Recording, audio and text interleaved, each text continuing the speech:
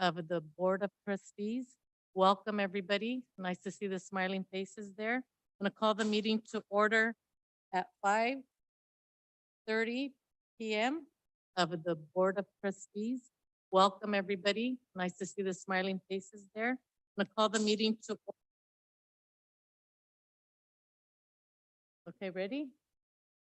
Okay, we're gonna ask, our board clerk is not here at the moment, so we're gonna ask our superintendent to do roll call of the board, please. Mr. Ocampo, Mr. Mercado, Ms. Garcia, Board President Gilpus Pereira, Here, Mr. Jimenez, Present. Mr. Ocampo, and Mr. Mercado are absent. thank you. We'll go ahead and go on to the Pledge of Allegiance, and we have a fifth grade student, Edward Gastelum, who is going to lead us in the Pledge of Allegiance. Would you step up here, please? And thank you.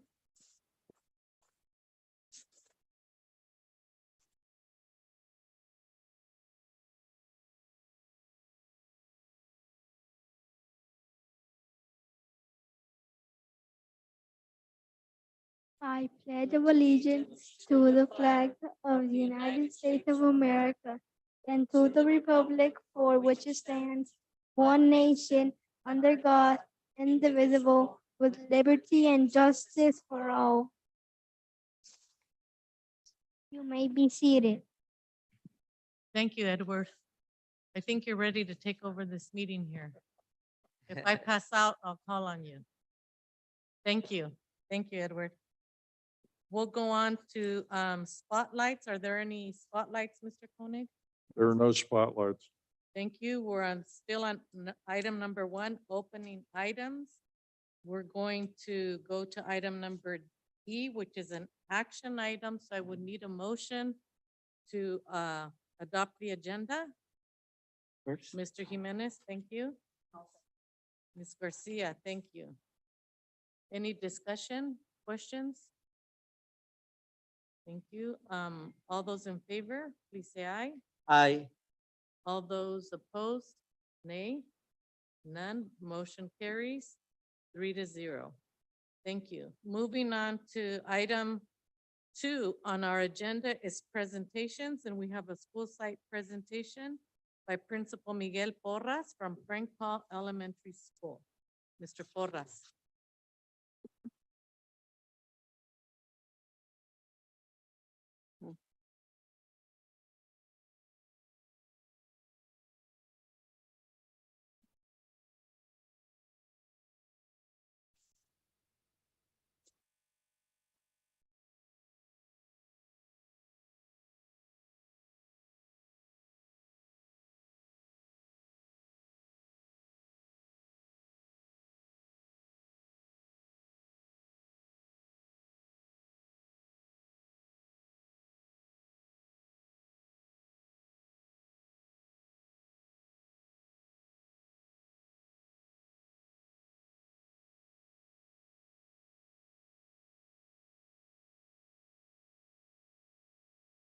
All right.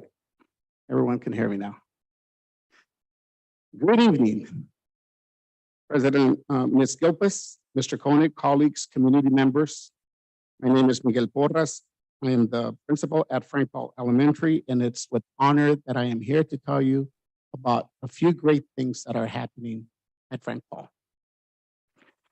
Before I do that, I would like to introduce to everyone Jorge Martinez, our assistant principal, and Maricruz Jimenez, our instructional coach.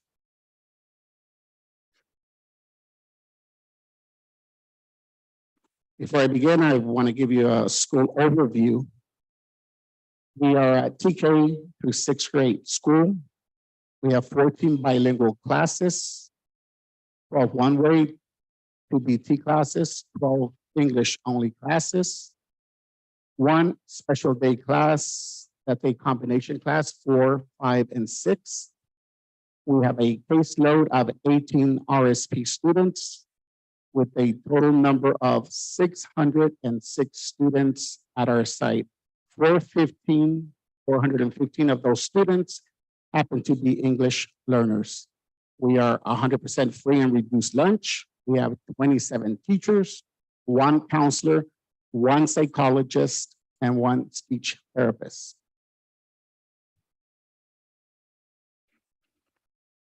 The demographics are as follows. 91% of our students are Hispanic Latino, with the rest being white at 4.39%, American Indian 0.25%, African American 1.25%, Asian at 0.13%, and Filipino at 3.2%.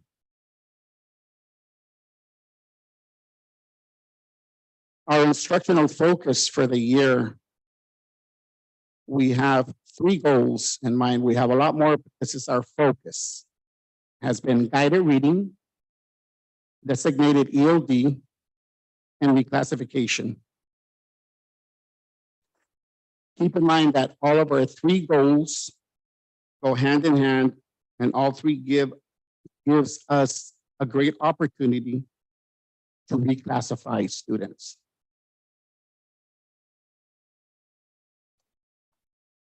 Here to introduce our guided reading program is Miss Maricruz Jimenez.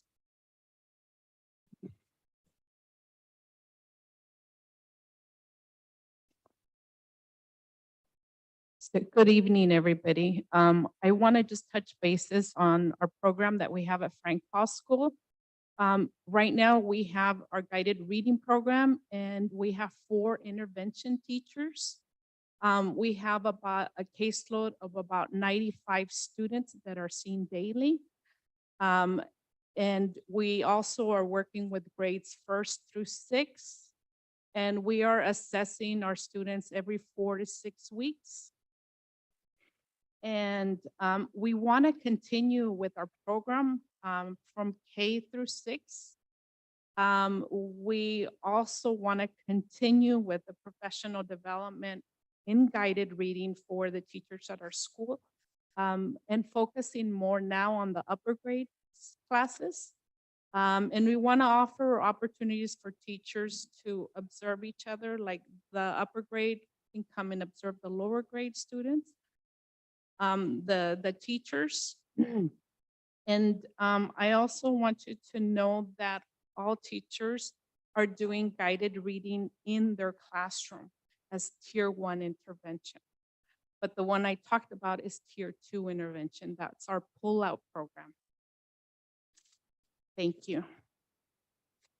And now I'd like to introduce Mr. Martinez, and he's going to be talking about the designated ELD.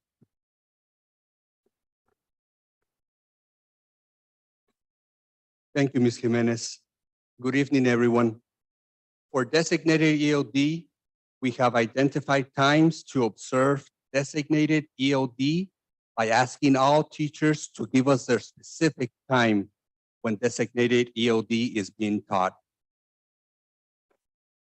Principal Mr. Porras, assistant principal myself, and our Ms.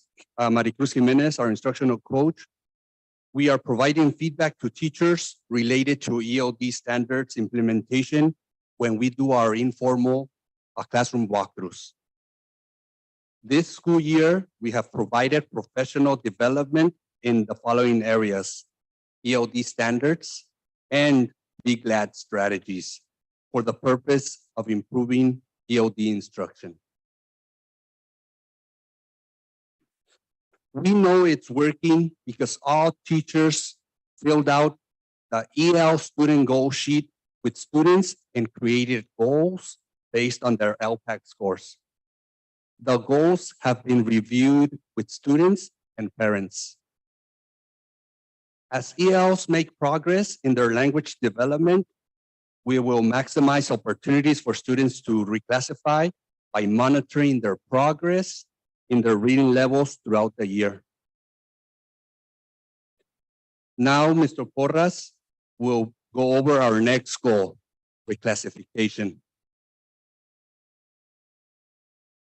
Reclassification happens to be a big concern for everyone, for you, our parents, our teachers, and of course, ourselves here.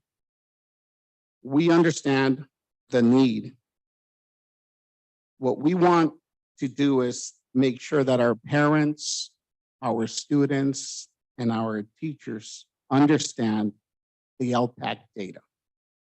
Understand what it takes to reclassify. Understand the domains of listening, speaking, reading, and writing on the assessment. Time for collaboration with colleagues in order to address these needs. It's a need, and it's something that we have given at Frank Paul.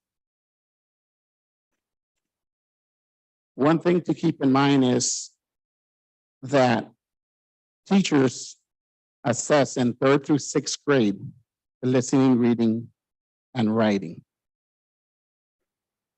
But the speaking portion is done by testers, and kinder through 2nd grade is done entirely by the tester. So what do we want to do? What's our next step? Our next step next year, what we want to do is bring in testers to assess students so that our colleagues, our staff members can see specifically and target the needs of our students. Many of us don't get to see that. Some of us have done this before, and we know what the test entails entirely. But for most, we only get to see it done partially. So next year, what we're going to do is we're going to go ahead and bring presenters, have students assess so that everyone can see the test entirely. So that's our next step. To review the data, figure out how to reclassify more students. So it'll be a goal of ours also for next year. We have data here, reclassification data for 4 years.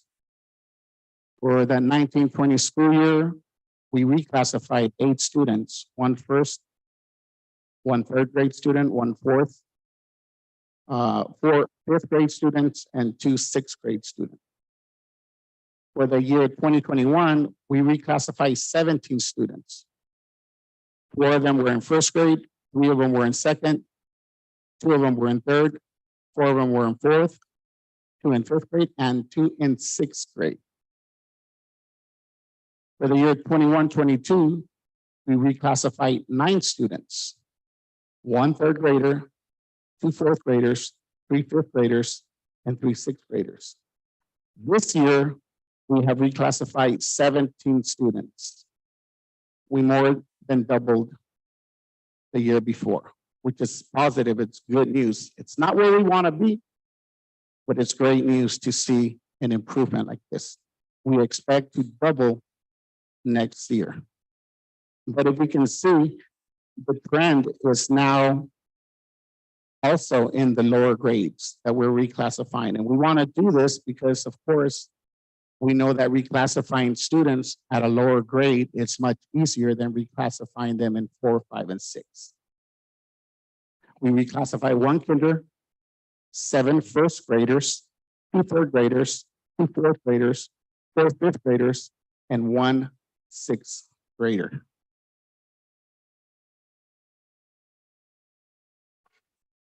And how are we doing this? Of course, our goals are obtained through collaboration. We're collaborating together, reviewing norms and goals, looking at student work, reviewing the data, creating specific, measurable, attainable, relevant, timely student goals, and lesson planning and lesson delivery.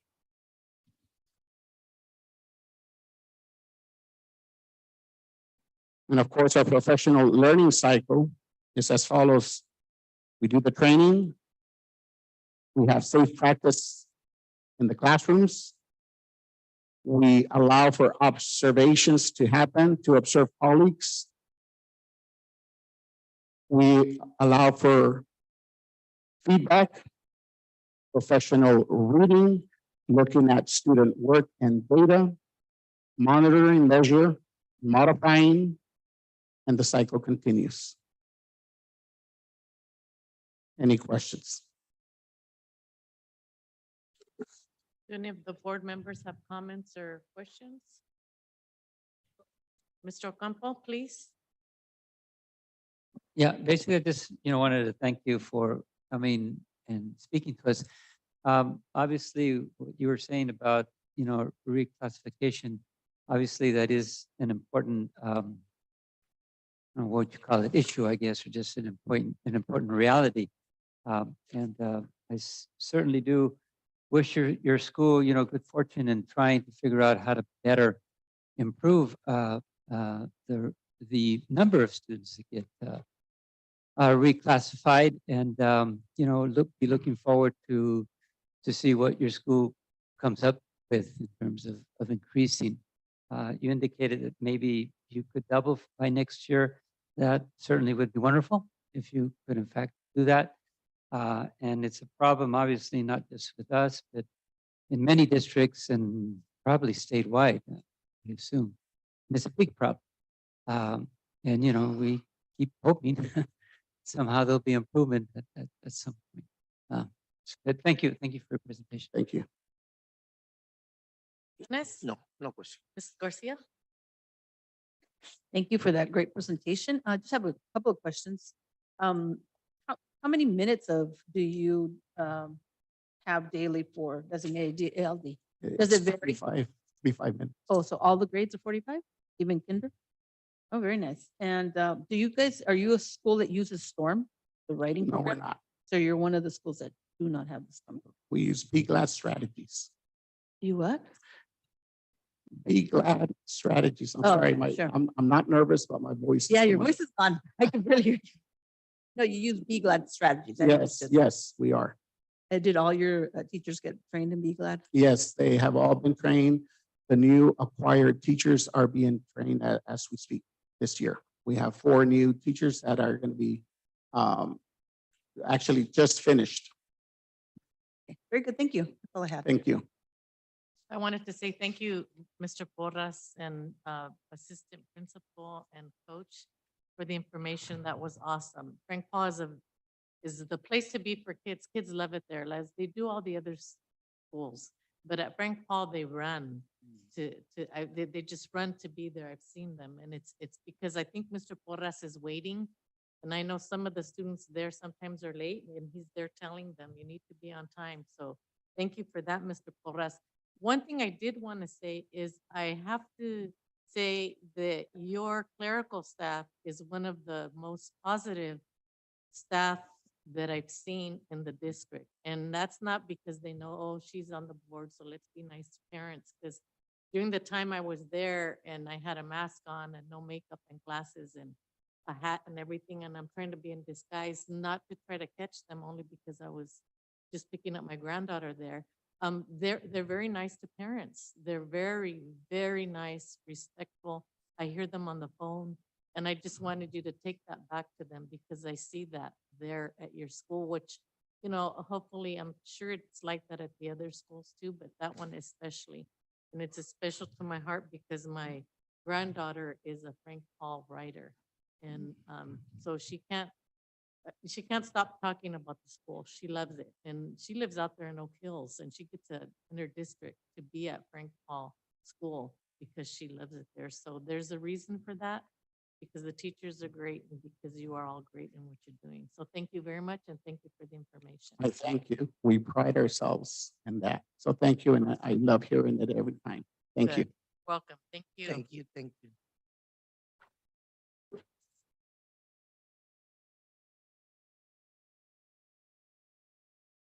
Okay, we're still under presentations. That's item 2 on our agenda. We'll go on to 2B, department presentation, second trimester student data, Director of Research Evaluation and Enrollment, Dr. Esteban Hernandez. Thank you.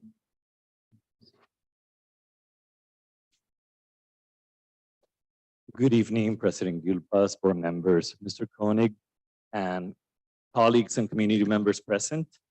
I am here again sharing information about progress our students are making on our district benchmark assessments. I will be giving you highlights related to progress in the assessments administered in the language arts and in math. And I will be explaining briefly what each assessment entails and not spend that much time on each slide as you're familiar with the format, but rather highlight the new information on the slides that is important to notice based on where we are right now and some comparisons to end of the year last year so that you have that for reference. So we're going to be comparing data for STAR reading, baseline, trimester 1 and trimester 2. As I've told you before, a Lexile is a measure that indicates the difficulty of materials a student can read and understand.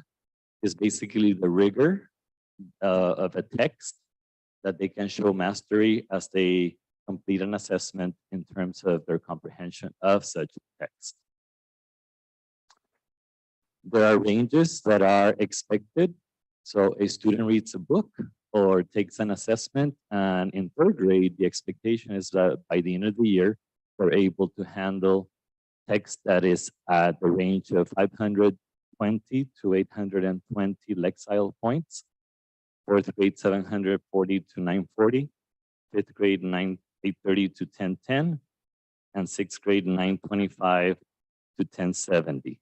And those are Lexile points that the assessment assigns once they complete the given questions that are provided on the test.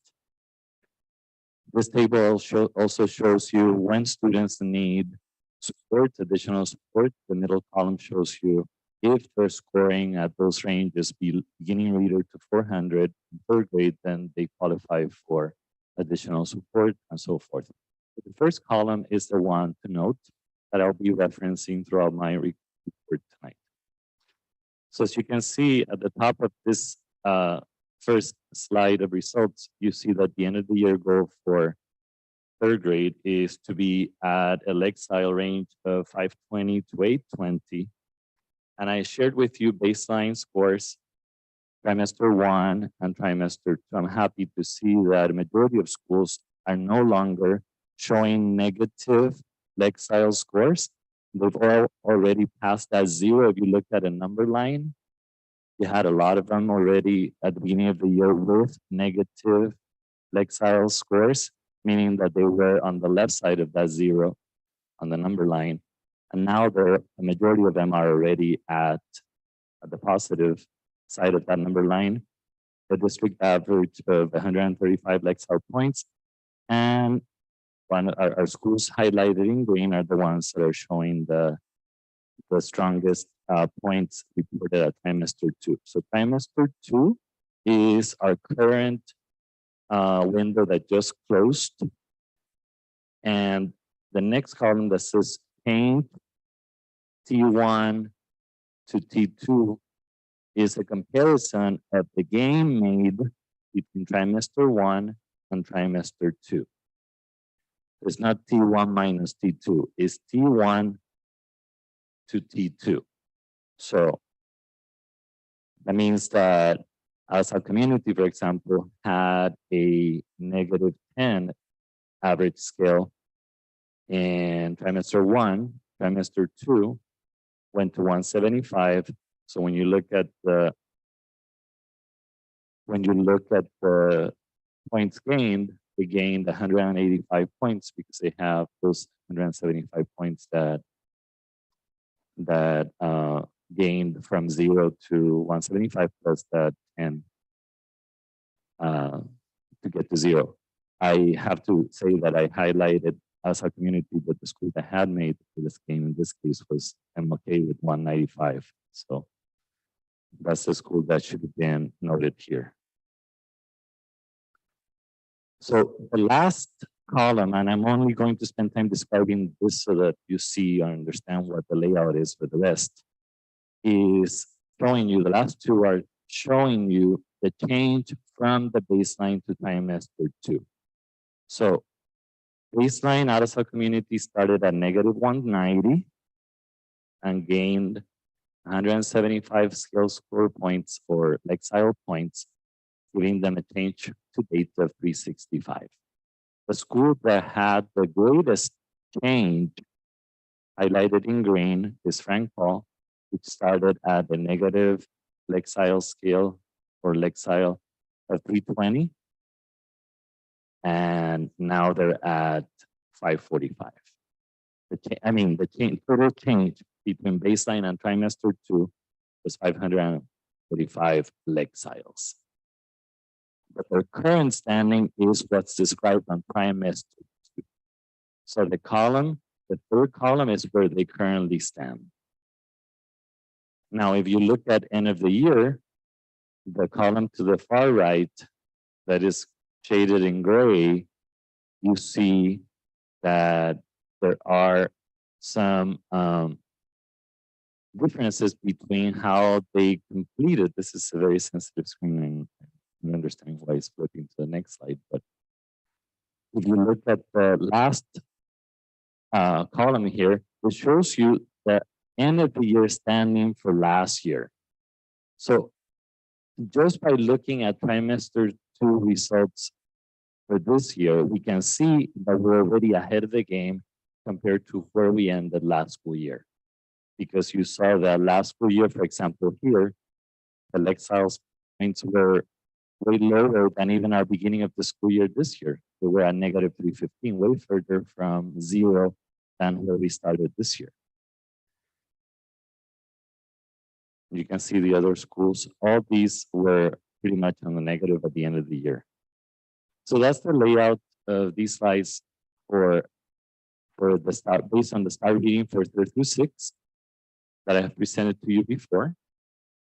And again, the new information is the change from trimester 1 to trimester 2, the change comparing the beginning of the year, and if you want to have that reference of how the end of the year will be the last column. The last row at the bottom gives you the reference in terms of the district average. So here's 4th grade. Again, you see the students are increasing their Lexile, and the expectation for 4th grade is to be in a range within 740 to 940. You see Travis with the highest trimester 2 score at 530 Lexiles, and also the greatest change in comparison to comparing trimester 1 and 2. Al-Azhar community has had the greatest change from the baseline. I want to take a moment to explain these yellows right here at MLK. The first number that is not in yellow, that 45, for example, at trimester 1, and that 130 at trimester 2, and that 85 at the change between 1 and 2, represents students, all the students included that took the test in 4th. The yellow is the number when we excluded newcomers. MLK is the only school that has newcomer classes in 4th, 5th, and 6th. And we found it fair to, this time, we haven't shared that data like this, but we wanted to make sure you knew that there was a different result when we took out students who have not developed enough language in 4th grade yet because they just arrived. So that yellow represents the score the school would have received had they not included the scores for students who are newcomers. And here is to be determined because we are still evaluating the change for newcomers compared to all. The same with 5th grade. 5th grade, again, is the same layout. Each side is leading with a scale score range for a scale score at trimester 2 of 805, with their end of the year goal being 832 and 10. And then again, the yellows here for 5th grade represent MLK's scores without the newcomers included.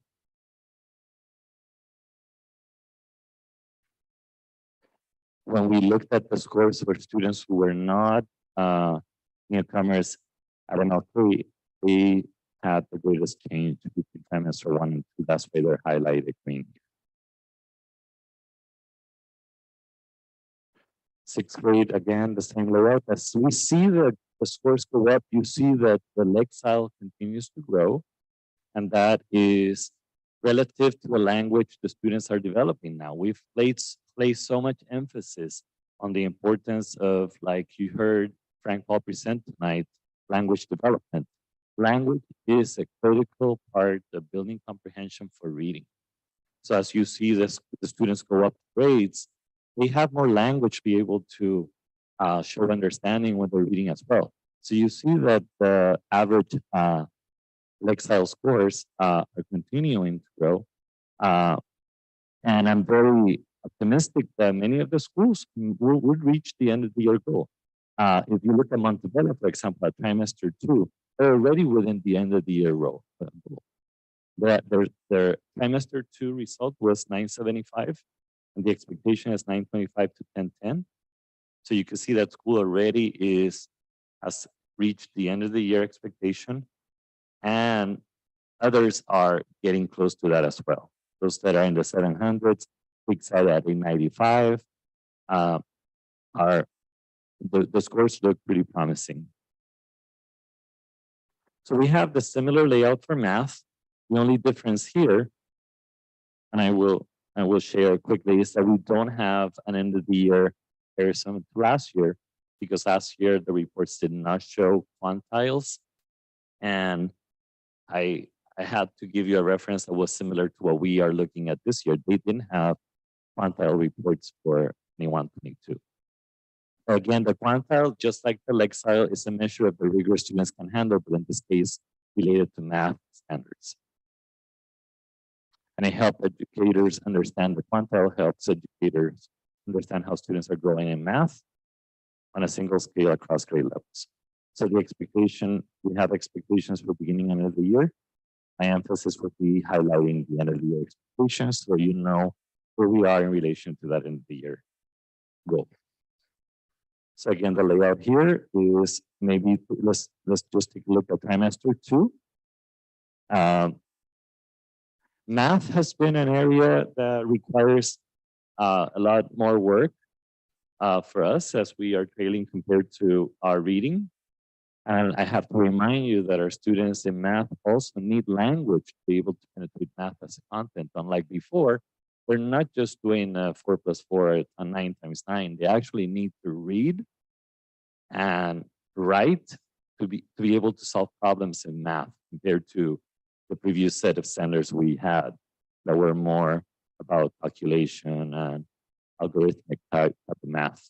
So again, trimester 2 gives you where we currently stand, and then the change to 1 to T2 gives you the growth between trimester 1 and 2, and the last column shows you the overall gain from the beginning of the year.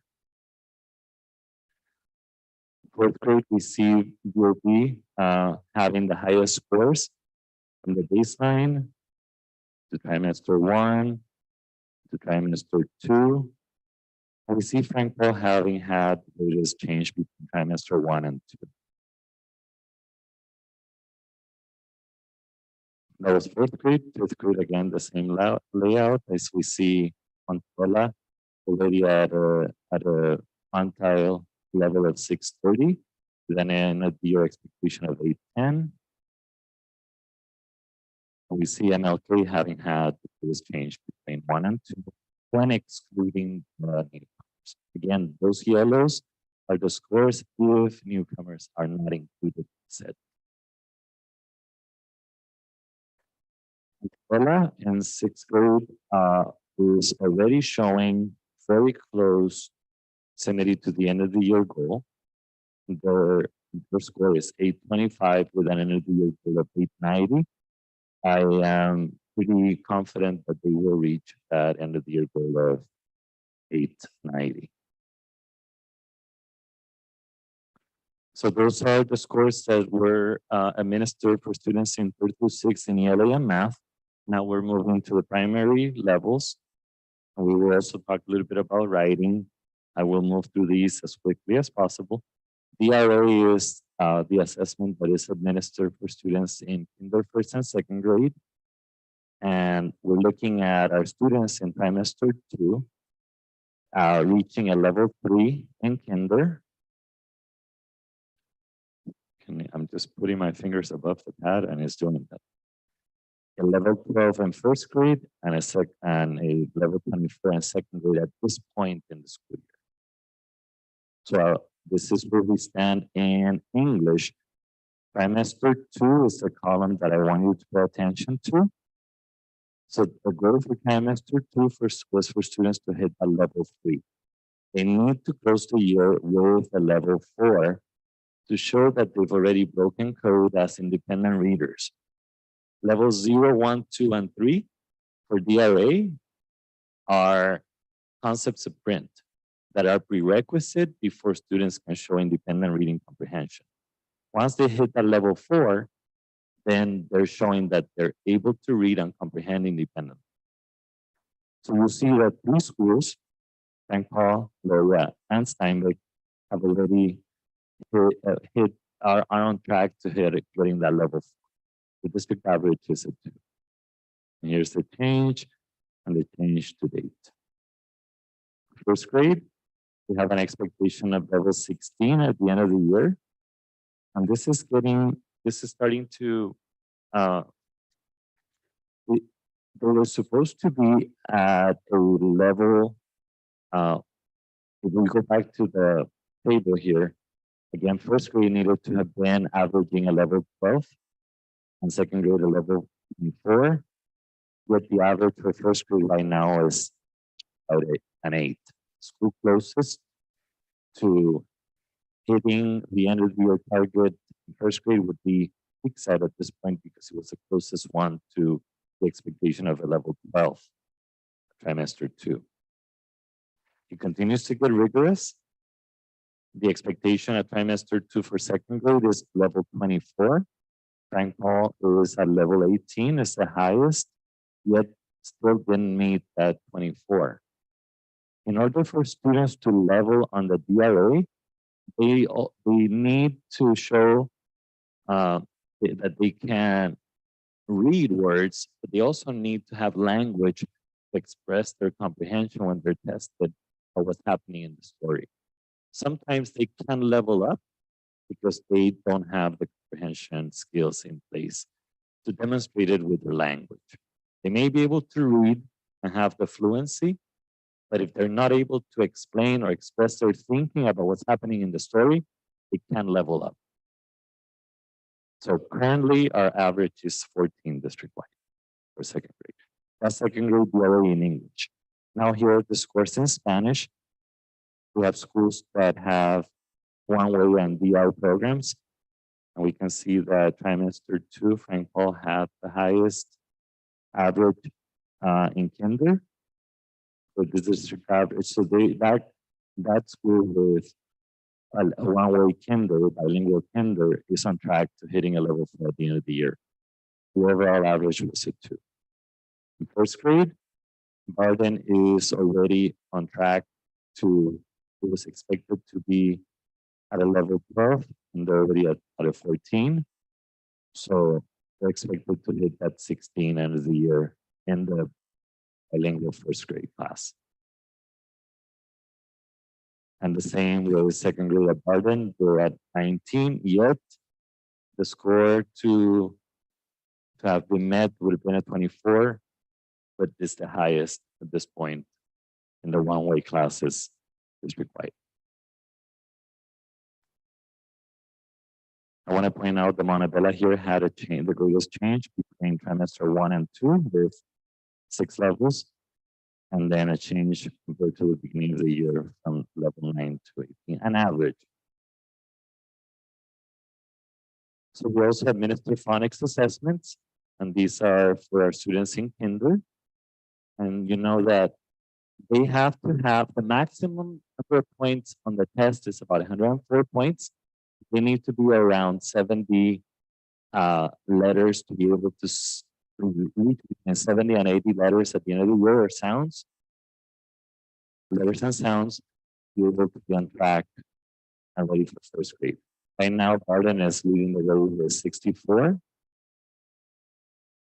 Ava had a change, or positive change with 7.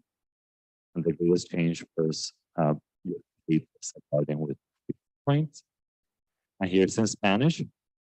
Barden is already in the one-way class in kindergarten at Barden. They already are passing where they should be right now with 81 in their average phonics place, and the grade is changed as well, 77. The next area is writing. We have several genres that are assessed. Beginning of the year, we are assessed narrative. At the trimester 1 information, and this trimester we assessed opinion or argumentation. In kinder, we administered the assessment, and the expectation is for kids to score at least 12 points to show that they're on grade level with a maximum score of 20. If you see expect the group to score 12, there's 4 sections at 3 points each. So if they get 12 points, then they're hitting or they're showing they're on grade level. So we see that in kinder showing that the writing was developing well, and the district average of 8 across the schools. In the one-way classes, we also administered the assessment this time in Spanish, and the expectation is to hit a 12, and that the school is showing that as well as Sanchez. That's for kinder. The maximum score for kinder would be 15. No, would be 16, 4 times 4, because it's 4 points for 4 sections in the kinder rubric. But to be on grade level is 12. 16 would be above grade level. So, I'm sorry, Barden and Sanchez hit the 12. First grade is a minimum of 15.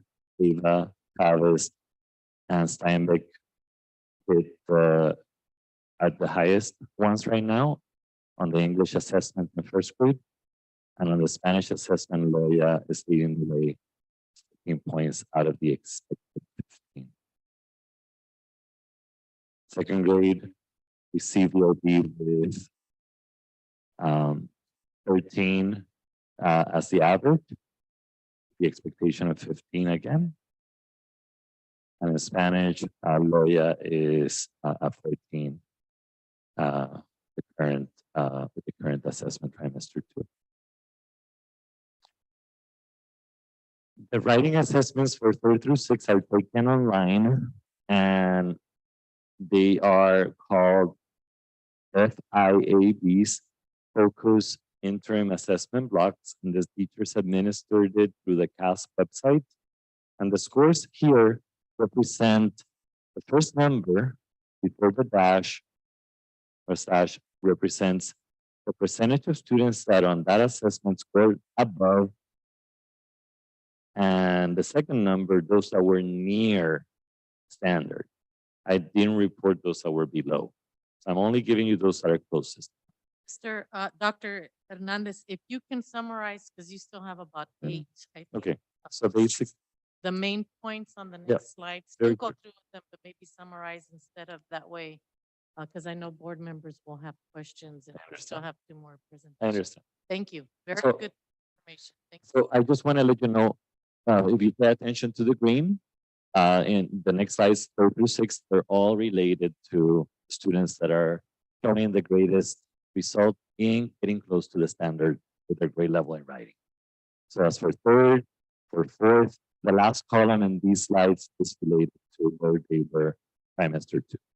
So 3rd, 4th, 5th, and 6th, you can see the result based on the percentages above or near standard. And then we continue to have our next steps related to working with our ILT, our PLCs, coaching and support, continuing our work to build language so students have what's needed to be able to penetrate content. So the format is the same. So if you go to the greens, then you can see where we are for trimester 2. Thank you, Dr. Hernandez. I'm going to turn to our board members to see if there's any questions or concerns. Mr. Jimenez? Ms. Garcia? you know, I always have a question, Mr. Hernandez. Thank you for this wonderful thorough report. You always do such a good job. And You're welcome. And it's good because that way we don't have a whole lot of questions after you give your report. But I just have, well, a couple questions. So is there any third through sixth graders, students that are taking the STAR in Spanish? Yes. Was that on here? I didn't include it this time because at this point in the school year, we had sites the start transition to administration of the English in preparation for the end of the year. So the data wasn't going to be as Maybe clean. clean. Okay. But at the end of the year, they will administer. So we have a comparison from beginning to the end of the year in both English and Spanish. But in the middle of the year, because they want to prep the students in the English assessment, the data was not as complete as has been before in the Spanish one. And then, I know I've asked before, but, okay, so STAR reading, has there been more of a in-depth look to see whether or not it correlates with the end of the year CASP test? And I know had a that there's a lot of online resources you could look at, but I'm wondering if our district has ever tried to kind of dig deep to see what students actually, you know, scored really high at the end of the year in STAR. And then we look at their CASP scores to see if there was a correlation, if it really is correlated or not. This morning, we had a conversation within our department. We're just acknowledging that what we're seeing in areas of strength and patterns that we're noticing in the data was also reminiscent of what we saw at the end of the year when we saw SBAC. Some of the schools that also had high scores on the SBAC are showing that pattern here as well. So just by, I mean, not going in to really get that analysis, but just the schools that were highlighted at the end of the year with SBAC are also noticed on these results too. So we're studying that with more attention. I don't have any more questions. Thank you. Thank you, Mr. Ocampo. Well, thank you very much, Senor Hernandez. The definitions of some of your terminology was very helpful. I think, you know, you did a very good job of defining, you know, what a lexile is, quantile. And like that when you said that these were a measure of vigor, that sort of made sense to me. But thank you for the definition. As you know, we're not expert in this area, and so we need all the help we can get. The question I had was, how does this information get back to the principals, you know, so they can start, you know, seeing like how every grade is doing, you know, which grades need more attention than other grades, and so they can kind of start planning, you know, how they go about with this data. I'm curious about that. So this summary report I present to you first, and then I push it out to all sites for reference. They themselves do their own study, and it varies from site to site. Some schools, based on what they're driving as their priority, may explore more certain metrics than others. But then once they receive this, then they go dig deeper to understand it better. We still have a lot of development and work to do to be able to speak to all these with clarity, understand the next step. But I know and I have seen that depending on what your focus is, you look at that data and pay more attention to that because there are so many metrics that you can look at. Sometimes it's overwhelming to try to track every single one. But I know that they're in development looking at tools that we're trying to bring in to integrate it all in one location. Okay, thank you. Thank you. Very thorough presentation. I appreciate, there's growth. Mhm. You know, there's growth. You highlight in green. I wish there was more green there. You know, there's work still to do though, because we're still really low in reading and English and math. And so we do have very high expectations as far as the end of the year goals. And, you know, we only have a couple months more of school. So we have to be transparent to the community with these benchmarks. And I feel that we are in showing off the schools that are doing great, but also on this list, they're showing the ones that may need extra support somehow. And that's where the ED Porters come in. And the Monica Anzos and all those in curriculum and the coaches and the principals and supporting our teachers to help our students so that more can be in the green. And I know that this board has been putting a little bit more pressure on the superintendent, put pressure on the principals because we know it can be done, because we have great principals. It's a great district. So let's get some more green. And thank you all for that. And thank you for presenting. Thank you for Okay, the time. Thank you so much. We're gonna go on. We're still under presentations. C, Educational Services and Business Divisions presentation, the future of LSL Virtual Academy, AVA. And Mrs. Anso is currently at a rosary, I believe, with a family member, so she couldn't be with us. So it's gonna be Miss Edie Porter and Mr. Rais Abasi. Thank you.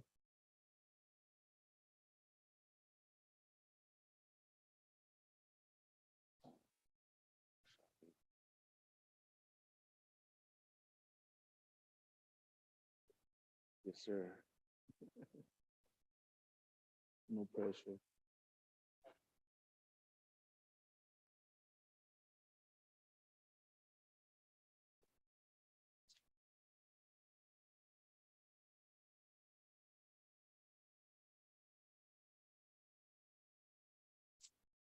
So good evening, President Gilpa, Superintendent Koenig, board members, colleagues, and community. I'm Edie Porter. I'm the program manager of curriculum and instruction. And I'm here tonight representing, as you said, Mrs. Anso, who couldn't be here due to a family emergency. So our thoughts are definitely with her. And tonight with Mr. Abasi from Business Services, we'll be presenting on the LSL Virtual Academy. I'm going to put my glasses on. All right, so here is tonight's presentation agenda.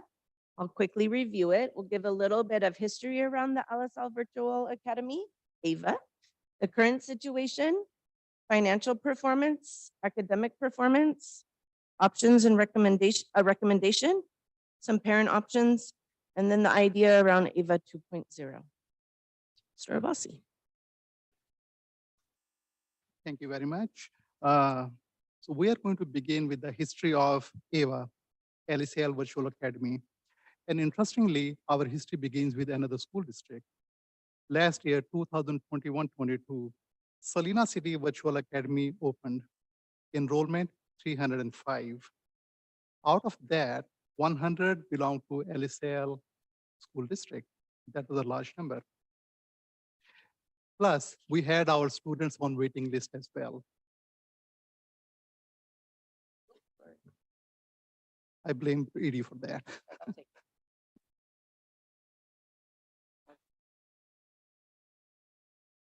Should I start all over or continue? Continue, all right. Current situation with the AVA or LSL Virtual Academy. Current year 2022, we had a big, huge promise, but our enrollment is 47 as we speak.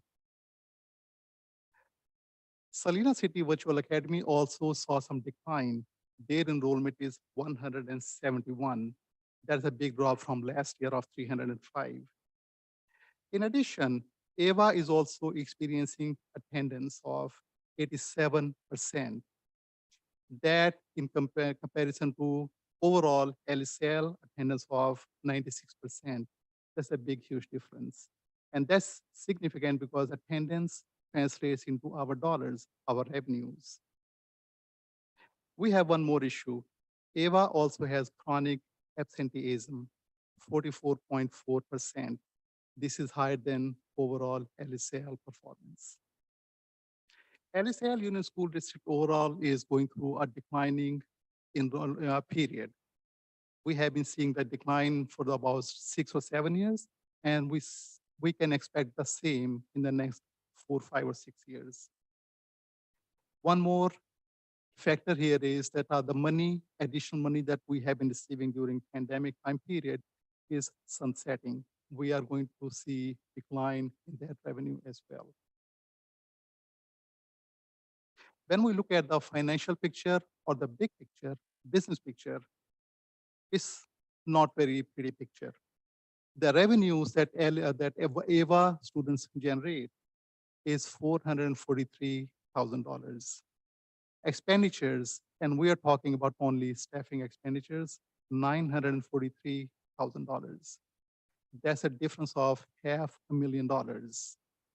That deficit is coming from other non-AVA students of other school sites. In other words, the contribution comes from other school sites to AVA program. That is actually a general fund reality that should be considered in making future decisions.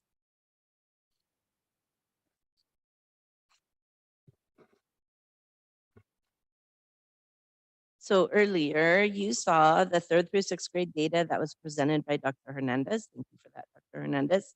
And here we'll do a little zoom in, is a closer look at AVA's data as an individual school. So to understand how the data is being presented on this slide, we're going to use the 3rd grade example of the language arts academic performance. Okay, so FYI, just the STAR reading is the assessment that we use in our district to obtain a Lexile score. And in this case, it only pertains to the 3rd through 6th grade students. And Dr. Hernandez went into Lexile and a little bit of that earlier. So again, let's look at this school, AVA's school year 22-23, trimester 2 average. And the way that this is organized is, again, the STAR reading, which equates to Lexile, 3rd through 6th grade, because the STAR reading for Lexile is only in 3rd through 6th grade. We're going to look at AVA's score over gain as the year to date, as compared to the LSL average, which again, we saw during Dr. Hernandez's presentation. To understand the slide one more time, we'll look at 3rd grade. So on the STAR reading in 3rd grade at AVA, we have 395 Lexile with a gain of 135. As a district, 131 with 223. And then you can see the rest with 4th grade, 5th grade, and then 6th grade. Moving now to math. The academic performance for math follows the same exact pattern as the previous slide as we're presenting it with AVA. So let's do the same thing following 3rd grade. So the school year 22-23 trimester 2 average, again, score over gain the year to date. The STAR math for 3rd grade, minus 45 over with a gain of 5 as compared to the district, which is minus 58 over a score of a gain of 130. And then we can follow the numbers along for 4th grade, 5th grade, and then in 6th grade. So as you can see from both of these slides, this information really provides opportunities for data conversations with staff, with parents, and with us internally regarding, for example, instructional next steps.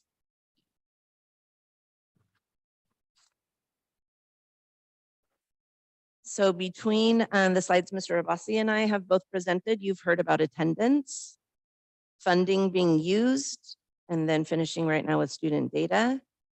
Later on the board agenda, you'll have an opportunity to discuss and vote on the next steps for the LSL Virtual Academy. Here are options. Number 1, continue with current school year 22-23 model. Number 2, eliminate as option, as an educational option in 23-24, or AVA 2.0. AVA 2.0 eliminates kindergarten as it is not developmentally appropriate. Create combo classes for 1st and 2nd, 3rd and 4th, 5th and 6th, and create a dual hat possibly at Creekside with the principal as the AVA principal. Like that little dragon there of the mascot. This is the option that the staff is recommending. Not we, the staff is recommending. Finally, there are options for parents. So for example, if I'm a parent, I don't want my student in an AVA combo class, that was recommended before, then these are the current options. A traditional in-person school, Salinas City Virtual Academy, California Virtual Academies, Monterey County Home Charter.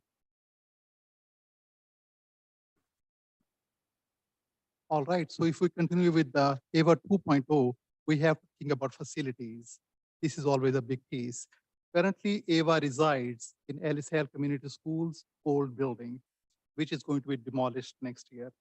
So if we continue with our AVA 2.0, what we can do is we can decide on Creekside Elementary School and devote 2 portables at that facility. One portable is going to be divided into 3 sections for 3 teachers, and one is going to be devoted to in-person class, which is going to be once a month, and we can rotate days for that. If we decide on Creekside Elementary School, we would have to make some changes. We can move CSS and STC class from Creekside to Frank Paul Elementary School. And currently, there's one classroom or portable at Frank Paul Elementary School, which is used by Head Start program. We can shift that program, and that portable can be used. It's a room number 1 of Frank Paul Elementary School. So this is going to be our facilities model if we decide on AVA 2.0. With that, we come to our conclusion of our presentation, and now we are open for comments and questions. Thank you. I'm going to start with Mr. Ocampo. Do you have any comments or questions? I was just curious, what is the California Virtual Academy?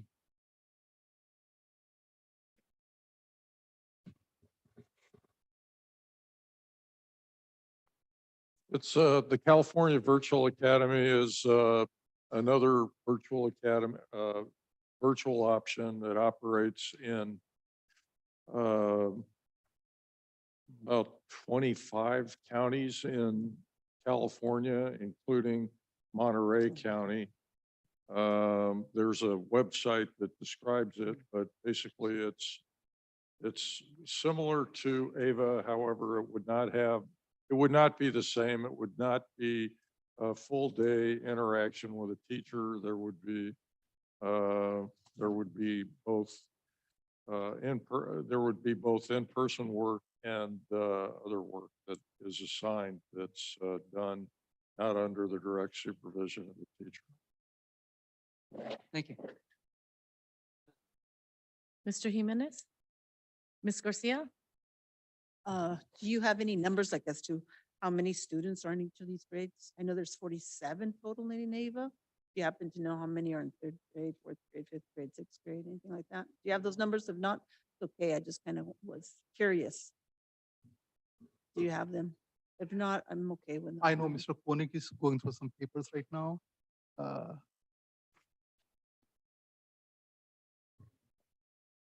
numbers? Sure. Okay, well, can we get those That's to Ms. okay. Garcia after Yeah, the thank you. discussion? Was that it, Ms. Garcia? Thank you. We're going to fully discuss this for a vote, and we'll have, I guess, more in-depth questions later, but I do have a question. Since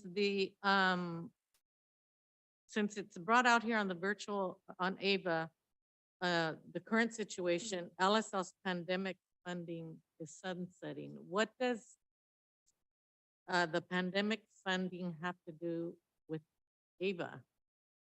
Because if it's sunsetting for AVA, it's sunsetting for all the other schools that we just got a report from. And I didn't hear Dr. Hernandez saying that the schools aren't doing well or we might close them because funds are sunsetting. So could I get clarification? Well, the pandemic funding that we received, there was a lot of it. It was over $40 million, $44 million. It provides a very large cushion for the district to use in terms of making sure we can pay all our bills. But we can't use that money indefinitely. And there's a deadline by which all the money needs to be spent. So going forward, that $500,000 delta that you saw in the unrestricted general fund, right now we can make it up with some of our funding that we received for learning loss during the pandemic, but going forward, that money won't be available for that purpose anymore. Thank you, Mr. Koenig. So in terms of the funding then, so AVA has to be under the LCAP, right? In one of the 4 goals of the LCAP, and the funding has to be mentioned there somehow also, doesn't it? Where does it fall? Well, AVA would be a general education program. It is in the LCAP. So we could spend supplementary and concentration grant funding, which is also unrestricted general fund funding. The only restriction being that if you're going to spend money on something, if it's supplementary and concentration, it has to be in the LCAP. It has to be listed as one of our LCAP, under an LCAP. So is it bill. listed for AVA? It's listed for this year, yes. So then is it correct to say that if AVA stayed for this school year, that we would be using funds from other schools? We're not taking from other schools to fund AVA, are we? Because the funds under our LCAP have already been designated for AVA. Am I understanding that correctly? And thank you, I'm just a little bit confused. Yes, the funding that is currently being used for AVA could be used for anything, though. And in the long run, the AVA program needs to be self-sustaining. We need to bring in enough funds to defray all the costs. It's not doing that right now. Okay.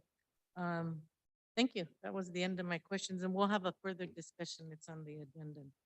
Okay, so thank you for that. We're gonna go ahead. Thank you for the presentation, Ms. Porter and Mr. Abbasi. We're gonna go on to presentations. The information budget presentation, 2022-23 second interim budget report. Also, you're gonna stay there then, Mr. Abbasi? Yes. All right.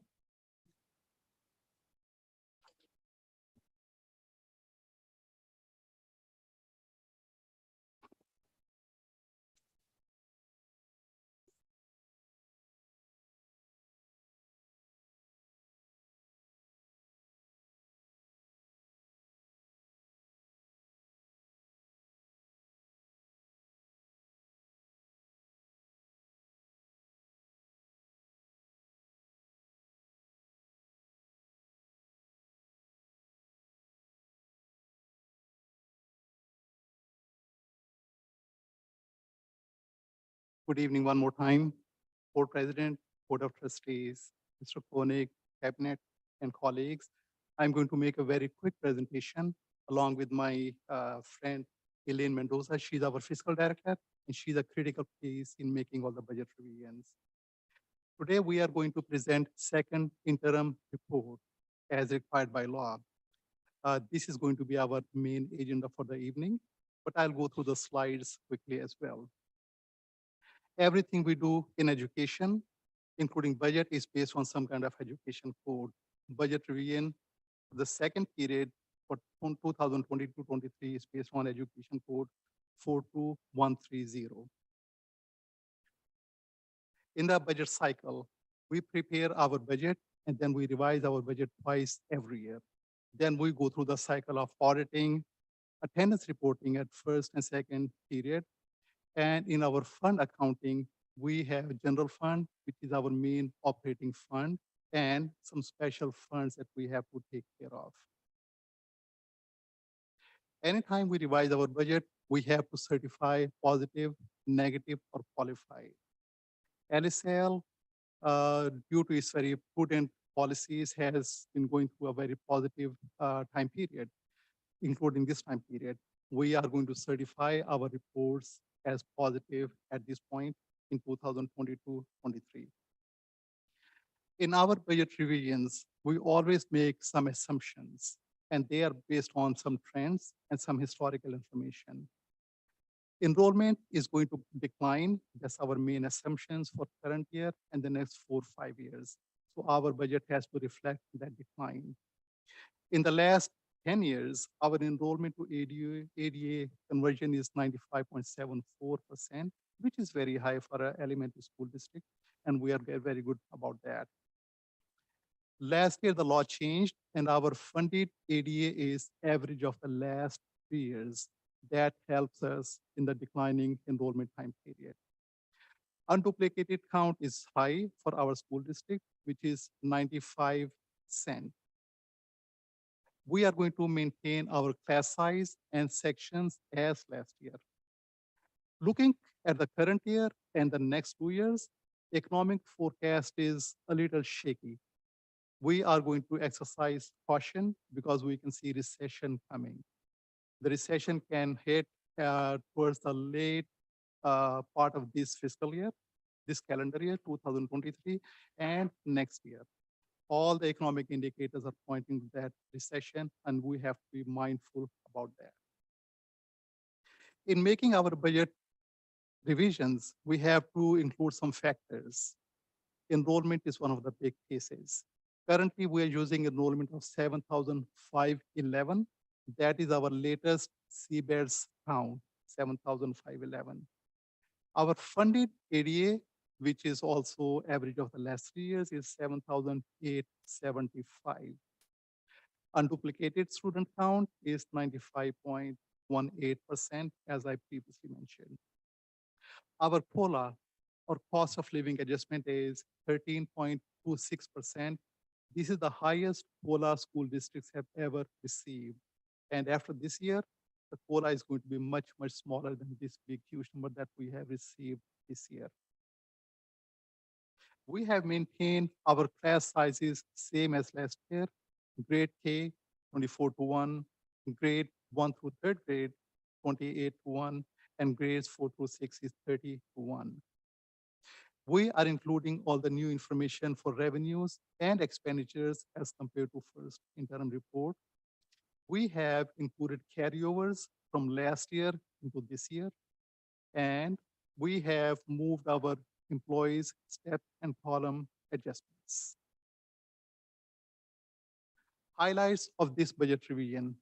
We are going to maintain 3% reserve that is required by state of California and 7% additional reserve that's required by Board of Education, Board of Trustees at LSL Union School District.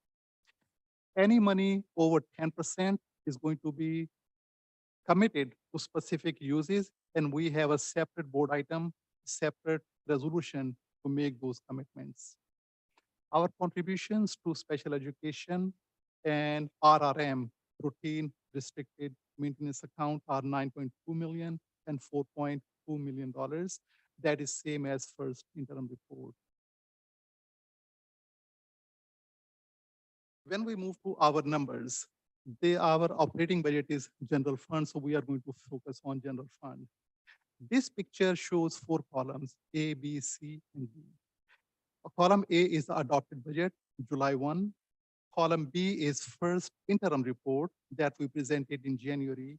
And currently we are presenting column C, which is the second budget.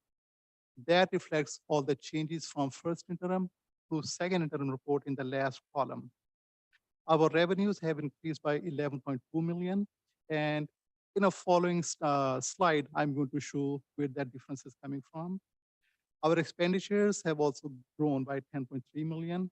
Anytime we increase our revenues, we increase our expenditures as well.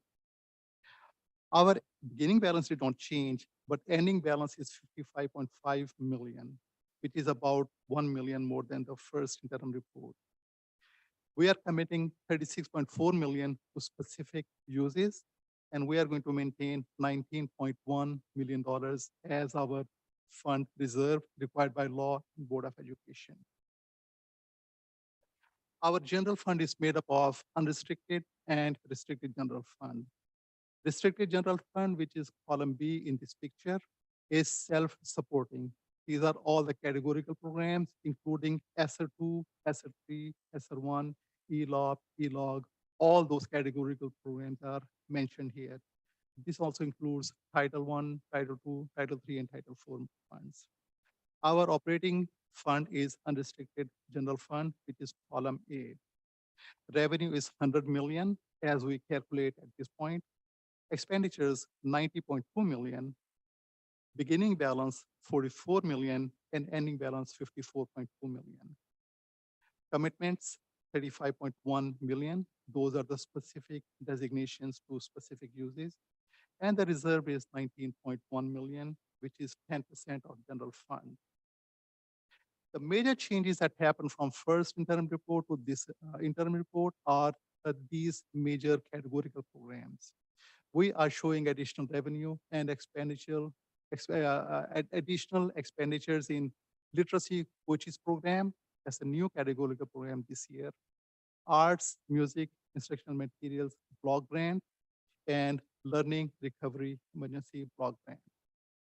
The reason for this additional revenue and expenditure is we received new information and we received new allocations. Anytime we revise our budget for current year, by law, we have to show the next 2 years as well. That is to show the solvency of the district, to show that our revenues and fund balances can be used to pay our bills. We are assuming that we are going to maintain same class size as current year. We are going to maintain our reserve of 10%. Anything over 10% is going to be committed to special places as designations. And we are going to provide step and column adjustment to all those employees who are eligible. Too many numbers in this slide, but I'll just go through a few things.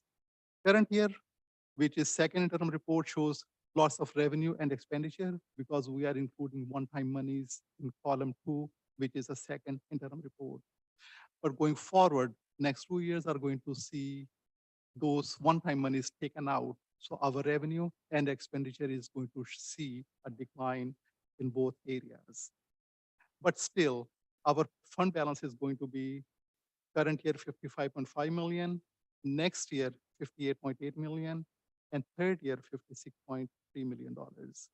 We are able to maintain our 10% reserve, or as we speak, we are going to commit any additional funds to specific uses. Anytime we revise our general fund, we also revise our funds which are special funds. This is a recap, a summary of all those funds. We're showing beginning balances, revenues, projected expenditures, and ending fund balances. The most notable fund balance here is Fund 21, which is in the middle of the slide. This shows Measure A and Measure M funds. They are going to be used for the demolition and construction of next phases of Ellis Hill Community School and Fremont Elementary School.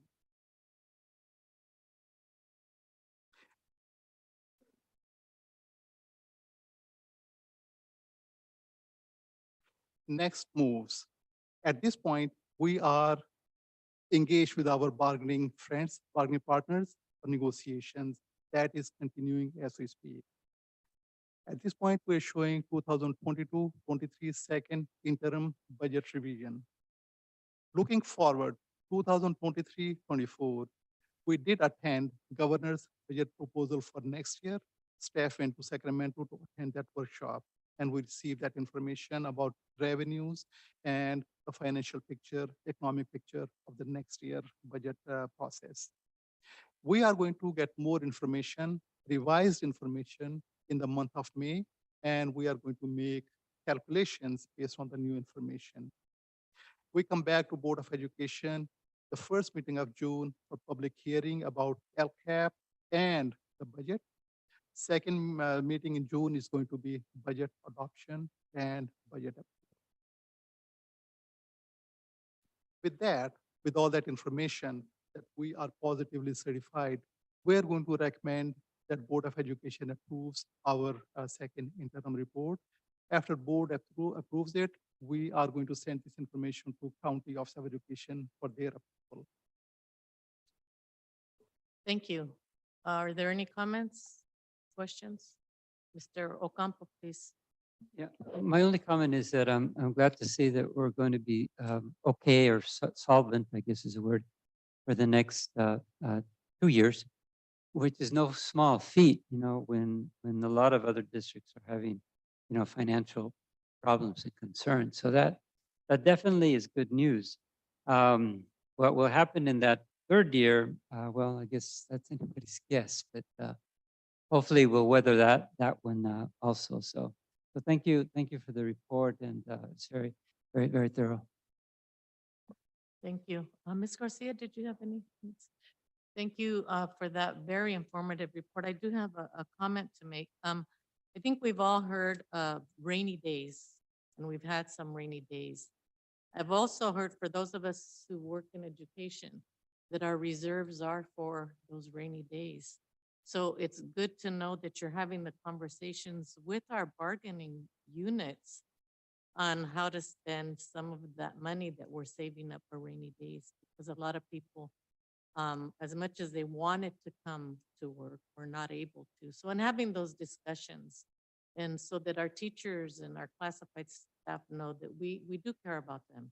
And it was a very difficult situation that none of us were in control of. But it seems that we can have those conversations and help out on rainy days, literally. So thank you so much, and look forward to seeing you again, Mr. Abbasi. Thank you. Okay, going on to number 3, public comments concerning items on the open session agenda and/or non-agenda items. There are guidelines, which are that there's a 2-minute limit for individuals and a 20-minute limit on total comments. There is no ceding of one's time to other individuals. Individuals wishing to address the Board of Trustees in open session, agenda items and/or other items may do so at this time. Before opening it, I just wanted to let the public know, we do have about 17 of these, so it's 2 minutes.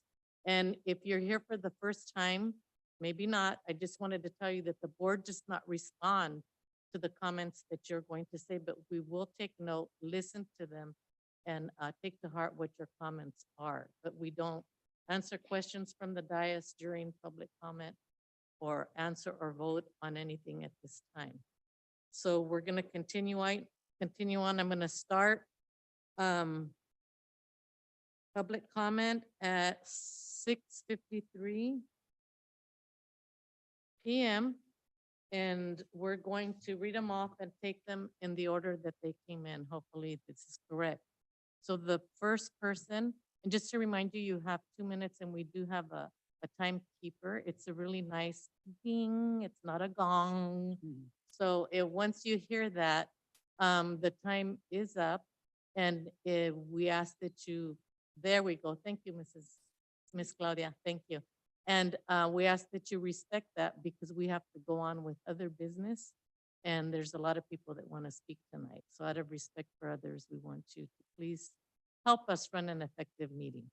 Thank you. So our first person is Stephanie Coffin.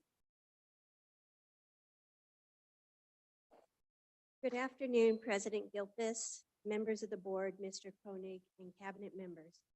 I am a teacher at Frank Paul School. I plan to talk about equity today. I need to begin by thanking you for keeping schools open during the recent stormy weather. Our students need to be in school, and many of our families need schools to be open so their children have a safe place to be each day. I agree that our district has more than enough credentialed people to cover classes in an emergency. I'm concerned about equity, though, because we have received emails, texts, memos, and phone calls, all referring to the danger of potential flooding that may cut off the 3 routes from Salinas to the Monterey Peninsula. But are you aware that long before there is any danger to Blanca Road, Highway 68, or Highway 1, the river has already flooded numerous areas along 101?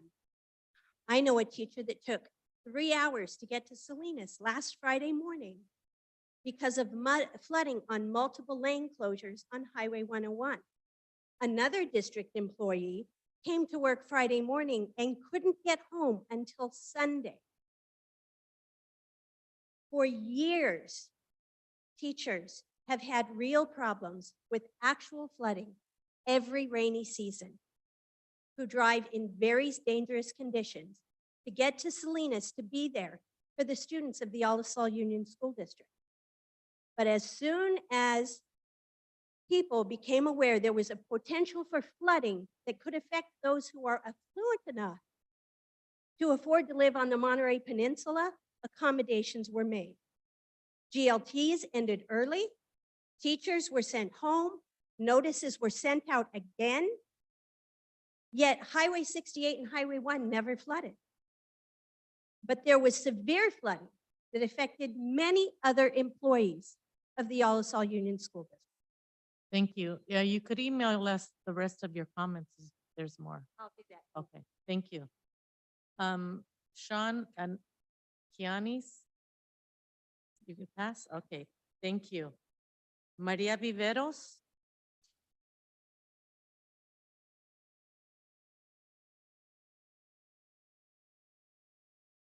Buenas tardes. Buenas tardes. Yo quiero comentar sobre el programa ABA. Quisiera que lo mantuvieran porque yo sé que tal vez piensan que no tienen las mismas que una escuela pública ir personalmente, pero sí ayuda porque mi hijo sufre de ansiedad y me ha dicho que no quiere, si lo voy a llevar a la escuela, prefiere no estar en este mundo. O sea, si ese programa le brinda la oportunidad de aprender y de sentirse a salvo y seguir aprendiendo, pues me gustaría que lo mantuvieran. Gracias. Good afternoon. I want to talk about the AVA program. I wanted, if you could please keep it. It helps. My son suffers from anxiety. He says that if they're going to take it away, he doesn't want to be in this world. So if you could please keep it, because I want him to be safe. Thank you. Maria Sanchez?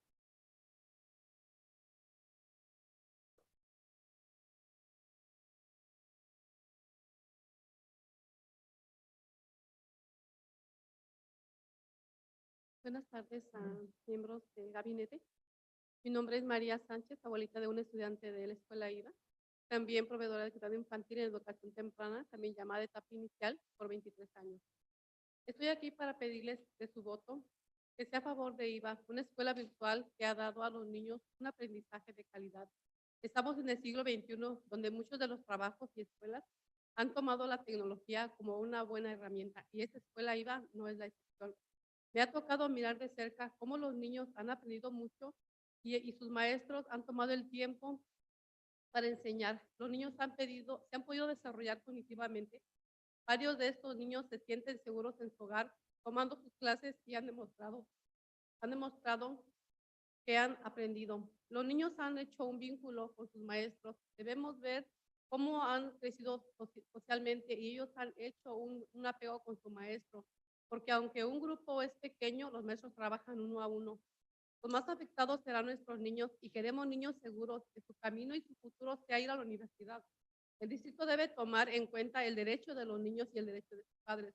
Recordemos el tiempo de pandemia, cuando tuvieron que cerrar las escuelas. Fue un reto para los padres, para los maestros y niños.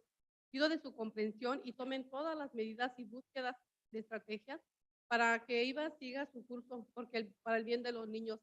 Tomemos también en cuenta que tenemos una economía muy alta, muy elevada, los precios muy caros, y los maestros también necesitan su trabajo. Por eso estoy aquí, para que IVA siga su curso y que el día de mañana IVA sea historia. Gracias. Gracias. We're gonna have, please, Claudia. Va a interpretar ella, habló rápido la señora, así es que no se va a esperar que ella interpreta palabra por palabra, pero va a dar un resumen en inglés. So we're going to get a interpretation, a summary, because it's impossible to interpret that word for word. It's a very difficult task, but we know Claudia will try her best, but you're up. Thank you. I'm a grandmother from Ava. I want the program to continue. This is the 21st century. It's a very good program. I seen my grandchild advance, and this is a very good program where the teachers have bonded with the students, and also the teachers deserve to keep their job. Thank you. Tanya Mualongmong, I'm sorry if I pronounced that. Is there a Tanya? No, she was gonna also speak on Ava? No? Okay, Candy Ambrose?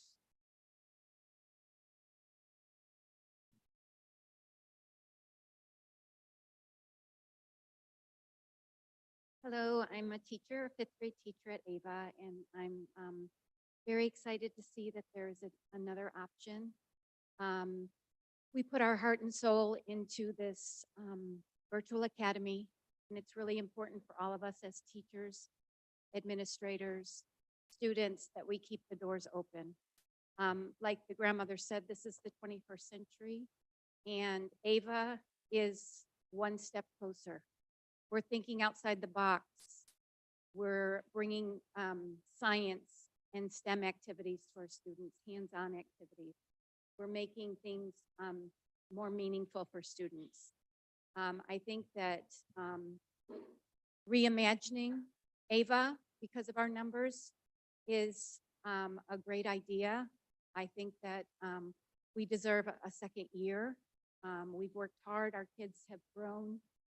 Maybe not as much as we would like them to grow, but this is a new program, a new school. We keep calling it a program, but it's actually the 13th Alisal school. So I think it's important that we remember that and we don't give up.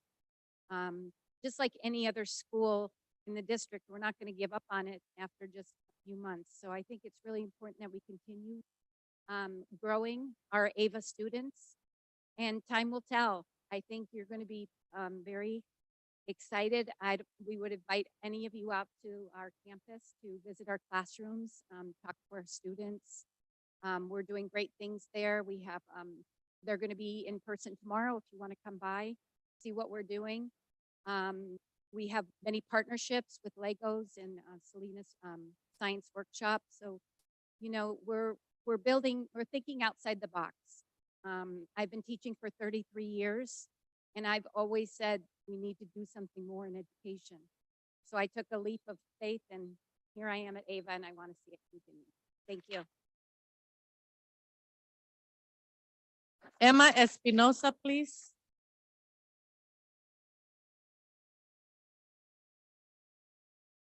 Good evening, everyone. My name is Emma. I'm a mother of a kindergarten attending Ava, and I want to let you guys know how great the program is. My kindergarten, I am a mother of 5, and my kindergarten, and it's my 4th, and none of my other students that have attended regular school have advanced as him. He knows how to read, write, and do math, and I would like you guys to reconsidering the option of closing EVA because it's been a great program, and all the teachers are great, and none of the other programs have the same hours of learning online. So I would really like you guys to have in mind that that's a great program and give another opportunity for at least another year. Thank you. Thank you.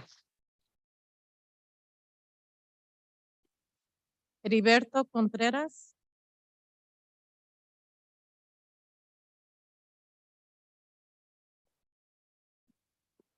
Señor Superintendente, Presidenta, muy buenas tardes.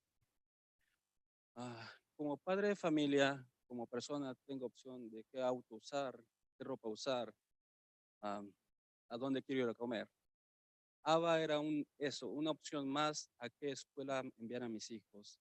Y tanto mi esposa como mis 3 hijos y yo personalmente creemos que AVA ha sido la mejor opción donde enviar a nuestros hijos a educarse.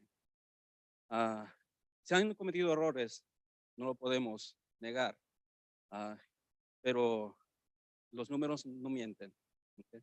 Pero estamos aquí dispuestos a seguir intentando y mejorar esos números. Quiero contarles una historia de un gran personaje de esta nación, Tomás Alva Edison. Hasta el día de hoy seguimos disfrutando sus grandes inventos que él tuvo, pero no muchos conocen que a los 8 años de edad fue expulsado de su escuela por su director, que pensaba que era un niño retrasado mental, que era difícil de educar, y fue enviado a su mamá. Y su mamá quiso invertir en él, invirtió tiempo, dinero, esfuerzo para educar a su hijo. Tomás Alva Edison fue uno de los grandes inventores de este siglo. Hasta el día de hoy seguimos disfrutando de sus inventos. ABA puede ser eso para el futuro de nuestros hijos. Un futuro con grandes expectativas, pero la cuestión es, ¿nosotros invertiremos en ABA lo que sea necesario, tiempo, dinero, esfuerzo? Los maestros, director, padres, estamos dispuestos a invertir. Superintendente, presidenta, necesitamos de ustedes para poder continuar con este programa. Tomaremos la decisión más difícil, que es invertir en el programa ABA y seguir intentándolo, o tomaremos la decisión más sencilla, que es cerrar el programa y ya. Muchas gracias. Gracias. Rogelio Valparaíso. Oh, I'm so sorry. Disculpe. Ajá. Good afternoon. I'm a father of Ava. Ava is an option that is the best for my wife and my 3 children. Yes, there's been mistakes made, but we hope we get the opportunity to fix those mistakes, fix those numbers. There's a quick story about how Thomas Alva Edison was kicked out of school when he was 8 years old, but his mother decided to invest in him. And with time, he became a great inventor, and we would like for this district to invest in Ava. Thank you. Gracias. Ahora sí, Rogelio Valparaíso.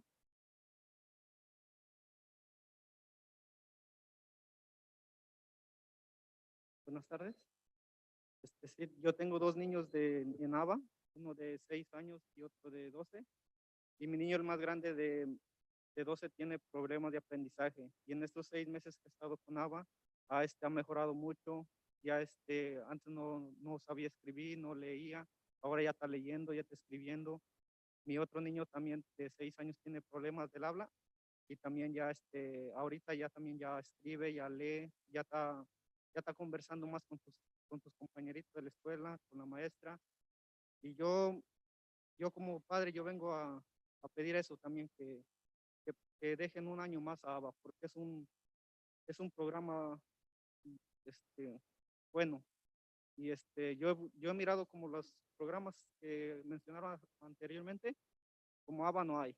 Yo ya investigué todo eso, es nomás, como ABA no están trabajando.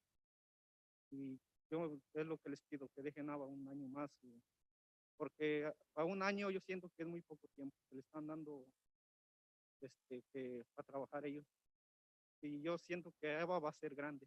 Si ustedes lo dejan, lo permiten, va a ser grande. Sí, es todo. Gracias.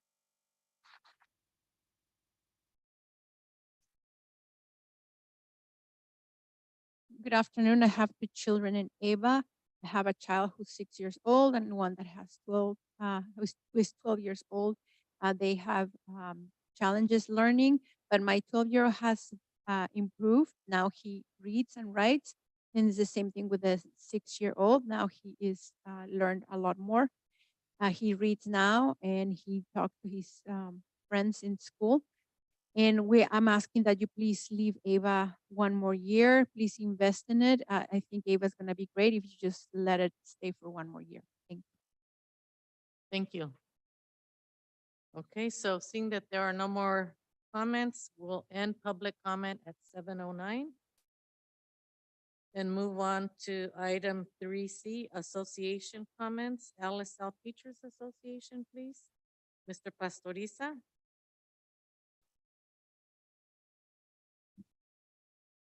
Good evening, President Gilpas, Superintendent Koenig, the board members present, and the cabinet members present too. Jaime Pastoriza for the Secretary Board, ATA. So on Monday and Tuesday this week, the Alisal District was the only one open within the county. That was pretty good.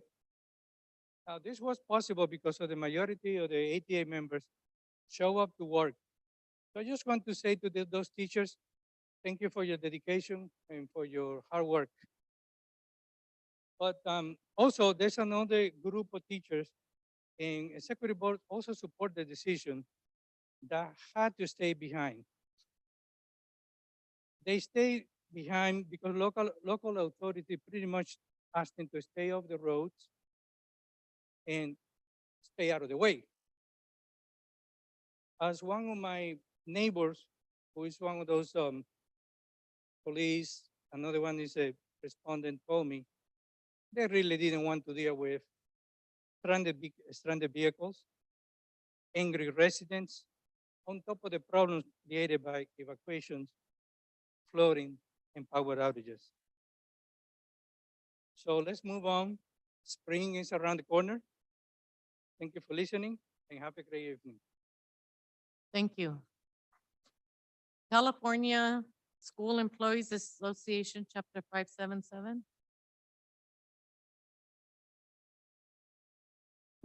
Good evening, Ms. Gilbert, Superintendent, Board members, Cabinet, and public. Solange K. Quinoa, Chapter President. First, yeah, I want to say thank you and recognize all classified employees that show up to work during the rainy days. And I think there is a lot of students that miss school. And I think one thing that I see is important for the district to send communication. I don't know if they send the first day when the high school closed the school, because parents, they received the communication from the high school district, but they got confused because they thought that our district was closed too. So I think it's very important to send a message to parents. And changing subject, I want to say thank you for HR, especially under the effort of Ms. Belia Garcia, that for the first time we had the new employee orientation. I think that was very positive, even though we have in our contract language that was not happening. And we just had this month, and the message that was given to the employee was very good. And with the business service, HR department, and CSA present, I hope that will continue. And also, Alisal, we have ALMA, Alisal Labor Management Accord. I think we are, no, I just want to say that the district have receiving monies, extra monies, and there's a lot of programs, and that affect the students and classified and teachers everywhere, everybody. But I think we need to utilize the ALMA to work in a way how to implement the programs, because I think we should use the resource more efficiently, because some work needs to be done double in the work office, workload for the office staff is increased, and sometimes they need to do double things, and sometimes there's some decision made, and then the last time they change it, and like the field trip for the San Francisco, I think that was very good, but was open to all the grades, and then I think we received a lot applications, and they need to reduce, so then it was only for 6th grade. So I think we need to have a better communication, everyone on the table, so we can provide better service to the students and not do double work. Thank you. Thank you. Is there anybody here from the United Substitute Teachers Union? No?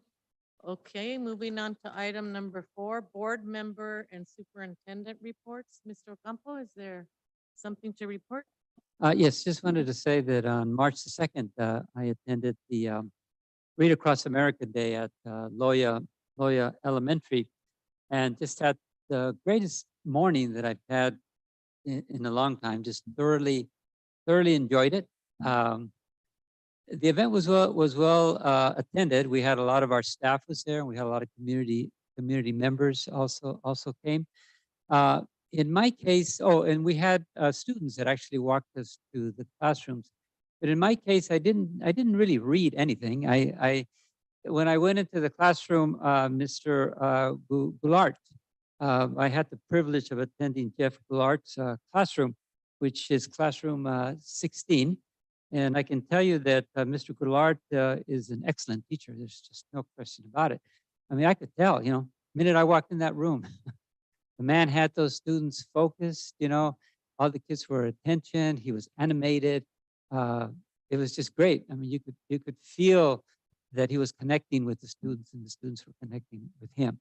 So that obviously was an advantage for me, I guess. But I didn't read. Mr. Goulart was giving a lesson on career education. So I spoke to the young people about how I came to be a high school counselor and how I came to choose that career, and thoroughly enjoyed the young people. This was 3rd grade. Felt that there was a real connection with the students, which for me is sort of a novel experience because I was a high school counselor for 40 years, so I'm used to talking to teenagers. Not so used to talking to 3rd graders. 3rd graders are a whole different breed. But that day, I really felt that I connected with these young people. And I felt that they connected with me. And we had a marvelous conversation. And it was just a great experience. It was a high point of my day. That particular morning made my day. So I want to thank the people that organized it and hope that they continue organizing the Read Across America. That's my report. Thank you. Ms. Garcia, did you have anything? Yes, I do. Thank you. Yes, I was also able to attend an LCAP parent engagement meeting at Steinbeck School. I know every single school out there is having those LCAP engagement meetings. I'm glad I attended, although there wasn't a whole lot of participation at Steinbeck School. The parents that did show up were able to give a lot of input on the LCAP. So it's very important. So parents, if you ever get those invitations, please come to those meetings. It's so important to hear your feedback on what is in the LCAP. So thank you to those parents that showed up to Steinbeck and to the principal and the teacher that was there that night that I went to Steinbeck. Also, I just want to thank all the employees. Yes, I know, we're not used to this weather, okay? California people, we're just not used to the weather and the way it's been this past couple of months. And so, yes, LSL stayed open. Yes, other school districts were closed, including the one I work at. But I just want to say that thank you to all the employees that showed up to school. It's so important that you come. And for those of you that weren't able because of your issues with emergencies at your own home, I hope you stay dry. I think the next week we're going to be good. So thank you, LSL Strong. Thank you. Thank you, Ms. Garcia. Mr. Jimenez, no? Okay, thank you. I just wanted to comment briefly before that Mr. Koenig speak, is that I was able to attend both meetings that had to do with the update of the construction for Fremont and LSL community. And both of them had quite a few parents there. And it was really nice to hear from the architects. And the parents had a lot of questions. I was especially impressed at LSL community. One parent actually brought up a suggestion for one of the gates in I think it was the preschool or kinder.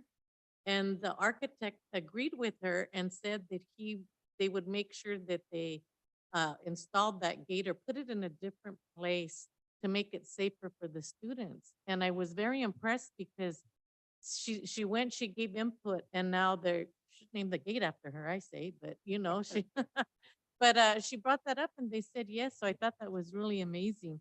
So I went to Fremont and LaSalle, and there was a lot of positive feedback by parents. And then I went to the AVA parent meeting, and I know a lot of the parents are here where the parents were informed, and I just wanted to commend how passionate these parents are. We had a parent that said he would do car washes. Parents said that they would recruit, really active in not letting this program just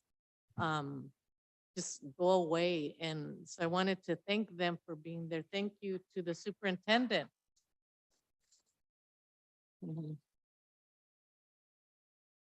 Thank you for the superintendent. I mean, he gave me a list of your concerns. He was taking notes at the meeting and he brought them up and putting his head together with others from the district to be able to come up with some of the solutions that you saw there, or options better said. And so we'll be discussing it a little bit further there, but I wanted to commend the parents, a very respectful, passionate. We didn't get yelled at. My husband told me, maybe you want to wear a vest in case they throw tomatoes at you. No tomatoes were thrown. Very passionate, passionate parents that if you stay that way, I ended up telling them, AVA or no AVA, with the support that you're giving your children, they are going to succeed. And I truly mean that. But let's hope for a good outcome later on in the meeting. And again, thank you for the staff that worked on still another option that we'll be discussing. And so that's the end of my report. And we'll go on now to item number 5, consent agenda. Approve, ratify reports, contracts, agreements, grants, MOUs, proposals, conferences, workshops, and field trips. This is a action item, so I need somebody to make a motion. Mr. Jimenez makes the first motion. Ms. Garcia, thank you very much. Are there any questions, concerns? Ms. Garcia, please. Yeah, on item of Q. So looking at those board policies. So for board policy 5141, I believe that one is healthcare and emergencies. For the AEDs, automated external defibrillator, sorry. Will there be training taking place for those new AEDs? I mean, they're if you've never used the AED machines, those are the ones that you, right? That jumpstart your heart. Is that the one, right? The Yeah, that one. AEDs? I'm sorry. The which- AEDs, Oh, these are the the, ones that jumpstart your heart. yeah, Yeah, we've, They're very easy to use. I mean, the instructions Right, are on the there's a- box. I've seen them. I've used one before, but I mean, they're kind of intimidating. If you're not like in the medical field. I'm sorry, if somebody falls down in front of you and you have to grab the machine and then put the little paddles on the person. If you've never done that before, it's kind of intimidating. So I'm just questioning whether or not there's going to be any training for those AED machines that are going to be placed or are already placed. I'm not sure which one it is. They're already there. Okay, very nice. Sites. That is something that we've been in discussion. The nurse would do it, maybe? The nurse or getting the American Red Cross. So there will be training. I'm just saying that those things are kind of intimidating. Not that they're hard to use. There's like button 1, 2, 3, and 4, and that's it. But I mean, sometimes when you've never done that before, it is kind of intimidating. So hopefully some training will take place for that. And then, thank you. I appreciate that. Yeah, the board policy 5131. 5131, weapons and dangerous instruments. Who's gonna do, you too? Okay, good, okay. So, I mean, I was reading that one and I'm thinking, okay, so when is it? I mean, maybe I'm reading it wrong, but it's like you're supposed to get prior approval if you ever bring a parent, guardian, or student who desires to possess a firearm needs to get prior approval. And I'm thinking like, when is there an example of when it would be okay to bring a firearm, imitation firearm to school? I mean, I was thinking out loud. I mean, yes. and you had. Oh, a okay. Replica weapon. I see. Not to do this, Uh-huh. especially given state Right. that it is part of the. Yes, I was digging in my brain, my pattern. I'm thinking, okay, when was that going to be ever appropriate? But okay, I get it now. So maybe something like that. I was thinking, okay, because if it's a police officer who's just going to do a presentation in class, he doesn't need permission, right? Because well, I don't know, he's a police officer. He'd be coming on our campus and still with a gun loaded in his hand. Or I mean, right. So yeah, but I was just thinking out loud, when would I have to give them permission to bring a imitation firearm? So, but thank you for clarifying. So there's an example in case there's something like the Civil War and you're bringing a replica of something to share in the classroom. Okay, that makes some sense. And then, let's see, the board policy 5030, I believe. 5030. Let's look. Probably 5.3, I wrote it all down. Student wellness. I think you go all the way down to that one. There was an area where the superintendent designates that individuals identified below as individuals responsible for ensuring that each school site complies with the district's wellness policy. But there's no person designated. Are you going to be designating somebody or? Program implementation and I evaluation. designate Kate Guidi. Who are you gonna do? Is that you? Okay, so maybe you just left it blank. I was just curious because it was left blank and then it was highlighted in yellow and like, okay, they didn't put anybody there. Okay, that answers my question. I thank you for your time. Thank you. Ms. Guidi, maybe one more thing, any No. other comments? I was thinking of other cases when people do, and following up with Ms. Garcia's comment, like on Career Day. I remember organizing Career Day at the middle school that I used to work at, and I would invite people from the community, and sometimes they had legal permits to have concealed weapons. And, you know, the superintendent at that time told me, well, you need to tell them to let you know. So I would let them know when I invited them, let me know so I could let the principal know that we have somebody on campus with a concealed weapon. And I'm sorry, I didn't read the policy. Is that in there anywhere? Or do we have an LSL policy that anybody that has a permit to carry that, or or they don't have to tell us because then it's not concealed? Oh, it is in there. Okay. They have to tell who? They have to arrange it with the principal. Okay, it's the principal. They need to, no, thank you. I didn't get to read that one. Awesome. So somebody has to know even if it's concealed or there's incidents like that that might happen. Okay, thank you so much. Being that there's no.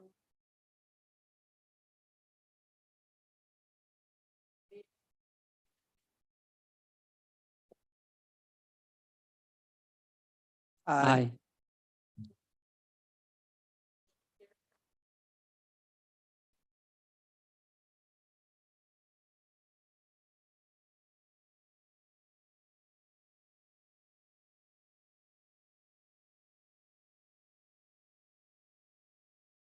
So move. Thank you. Thank you. So moved. So who went faster?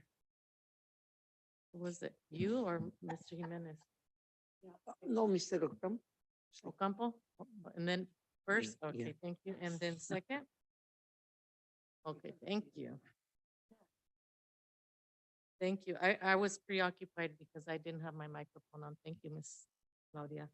Okay, so I'm going to go ahead and call for the vote. All those in favor, please say aye. Aye. Any opposed? Motion carries 4-0 with one being absent. Business services, item 6B, if this is an action item, I also need a motion, please. Let me read it, right? Is that what you were waiting for? Mr. Ocampo looking at me?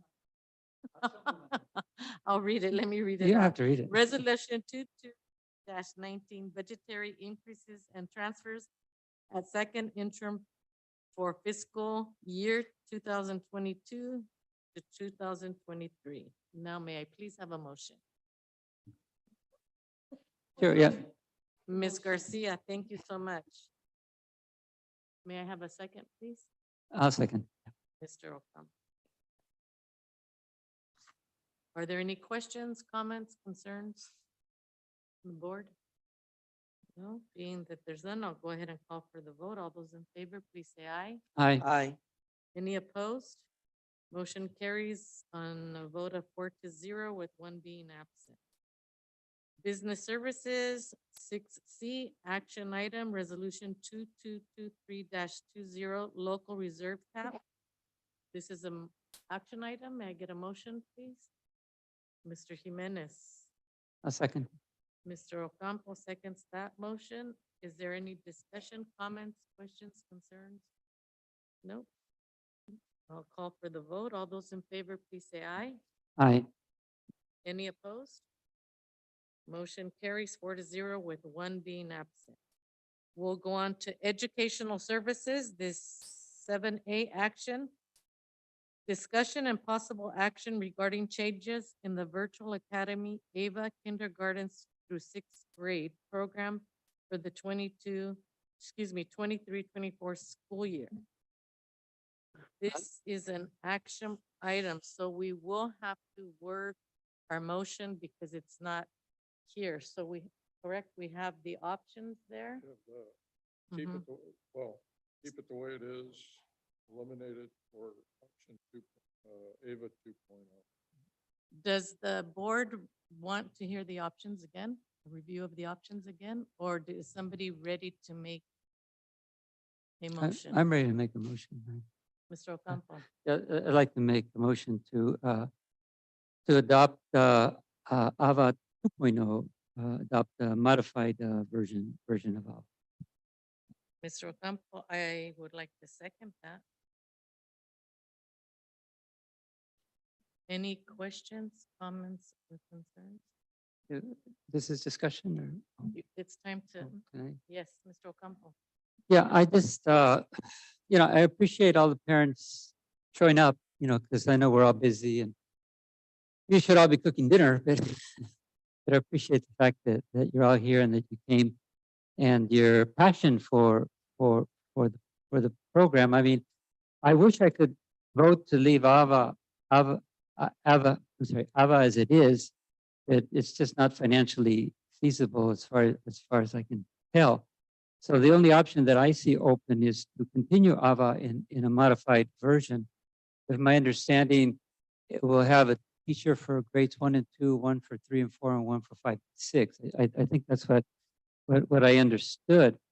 So I think that's the best option, I believe. I mean, we all know that smaller classrooms means better education. And if we had 10 students per teachers district-wide, we'd have the best education in the world, but we can't afford it.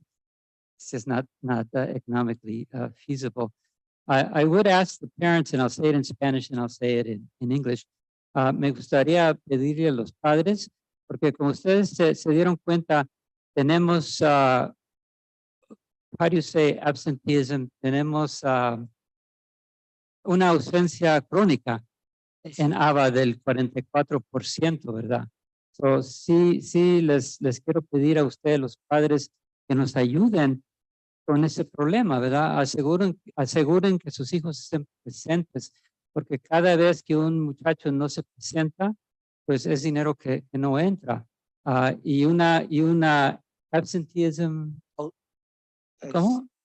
Ausencia. Una ausencia crónica del 44% es una ausencia bastante grande. So, por favor, ayúdenos ustedes a que sus hijos estén presentes para las clases, por favor. I was just saying in English that, I'm asking parents to help us because we do have a chronic absenteeism of 44%, which is huge. And we need parents to help us make sure that their young daughters and sons show up for the classes so that we can not have a 44% absentee problem, right? Maybe a 2% would be good. That's my only ask. Es la única cosa que les pregunto, que les pido. And those are my comments. Thank you. Thank you. Mr. Jimenez, Ms. Garcia? I just want to thank all the parents for showing up today. And you're truly passionate about your child's education and I'm in agreement with with you two, with the AVA 2.0. Obviously, if things can change from one year to the next, right? I mean, if you grow bigger, maybe we'll see something different in the future, but if we continue to downward pattern with, it might be that, things change. So, but we did hear your passionate words up front. We are listening. Thank you so much for being here tonight.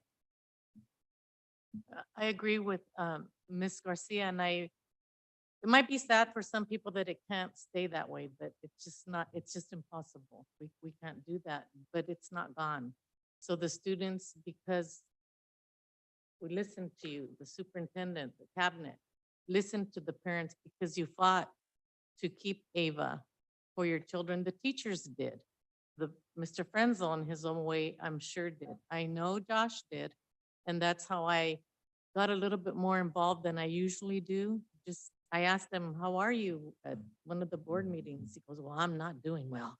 And so I, asked a little more questions and got a little bit more involved and try to show my support to the program. But my support is not my support. My support is all of us here, everybody here, and Mrs. Anzo, and the teachers that are here, and your students for coming, but especially the parents. So we're hoping that it grows and we go back to more classrooms and students so that we can afford to have that. But we don't have that luxury right now, but we listened, and we're not closing it. So I think that parents, AVA or no AVA, you continue that involvement that you have, that fight for a good education for your children, they're gonna get it and they're gonna make it. So we're here to support you in any way that we can. We listen, and this is the best that we feel that we can do, and we hope that you're okay with the outcome. So now we're going to go ahead, if there are no more comments. Can I say just? Yes, one- Mr. Ocampo, please. Yeah, the only other comment I wanted to make was that there was a teacher that was talking about experiential learning. And so I'm so glad to hear that that's taking place in AVA. So I think that experiential learning is where students really learn when they get their hands into kind of the educational massa there, and really, are involved in a project of some type. So I hope that continues to expand in AVA, because I think it's just so important. I think it'll really improve education. Thank you. So I'm going to go ahead and call for the vote. All those in favor to have the AVA 2.0? Aye. Aye. Aye. Any opposed? No. Motion carries. Moving on to human resources.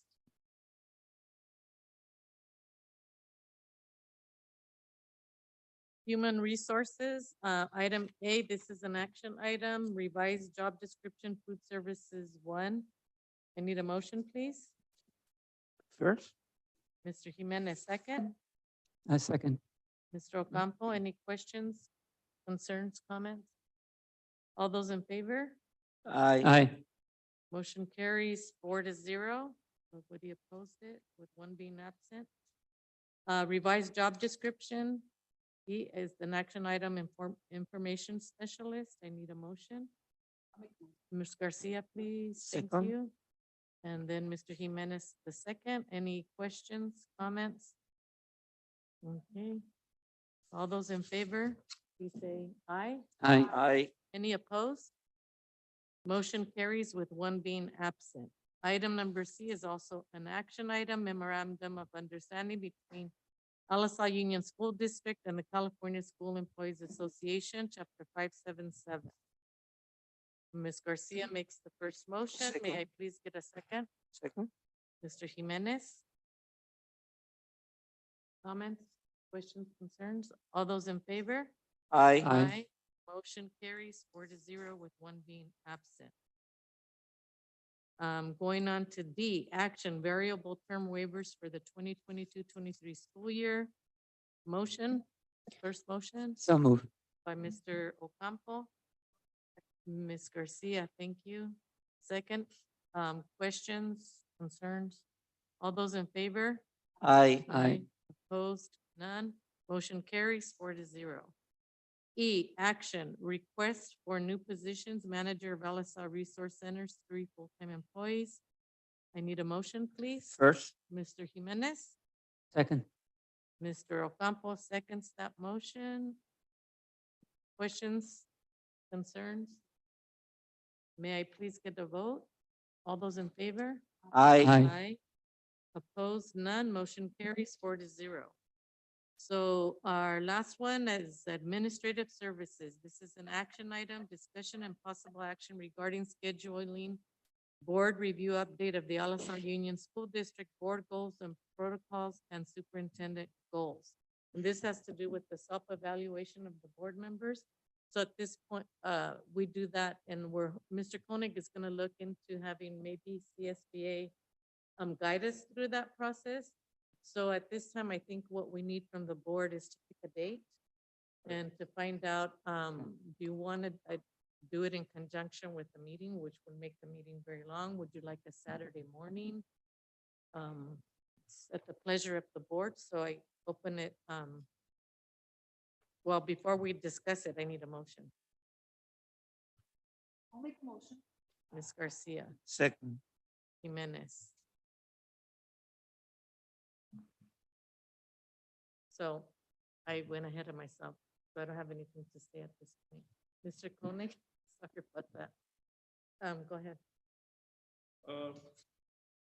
Well, I think I would recommend that the board pick a date in April or May on a Saturday, and we would set the meeting up in the district office in the conference room. Anything. Is the last Saturday in April? Or, You gonna be here? pardon me? Yeah, I won't be here. Actually, the best time for me would be the last week in May, actually, for me would be. In May? That's, Yeah. Actually. Or anytime after the 15th of May. How about the third Saturday in May? What day is it? 20th of May. Yeah, that would work. Okay, Well, all right, 20th so, of- so we'll schedule it for the 20th? 20th, May 20th. All righty, so all those in favor? Aye. Aye. Opposed? None, motion carries, May 20th it is. Motion carries with one being absent. So here are future agenda items listed. Summer school presentation from John Steinbeck and fiscal services. So we're gonna go ahead and jump to 11, public comments. There'll be a two-minute limit for individuals on public comment and 20-minute limit on total public comments. There's no seating of one times to other individuals. Individuals wishing to address the Board of Trustees on closed session agenda items may do so at this time. The starting time is 7:43. Are there is anybody commenting? No? Okay, we'll close at 7:44, adjourn to closed session at 7:44. And we'll have a 10-minute break, a 10-minute break, thank you. At 7:54, board members, please be in the secret room, I call it, where we will be discussing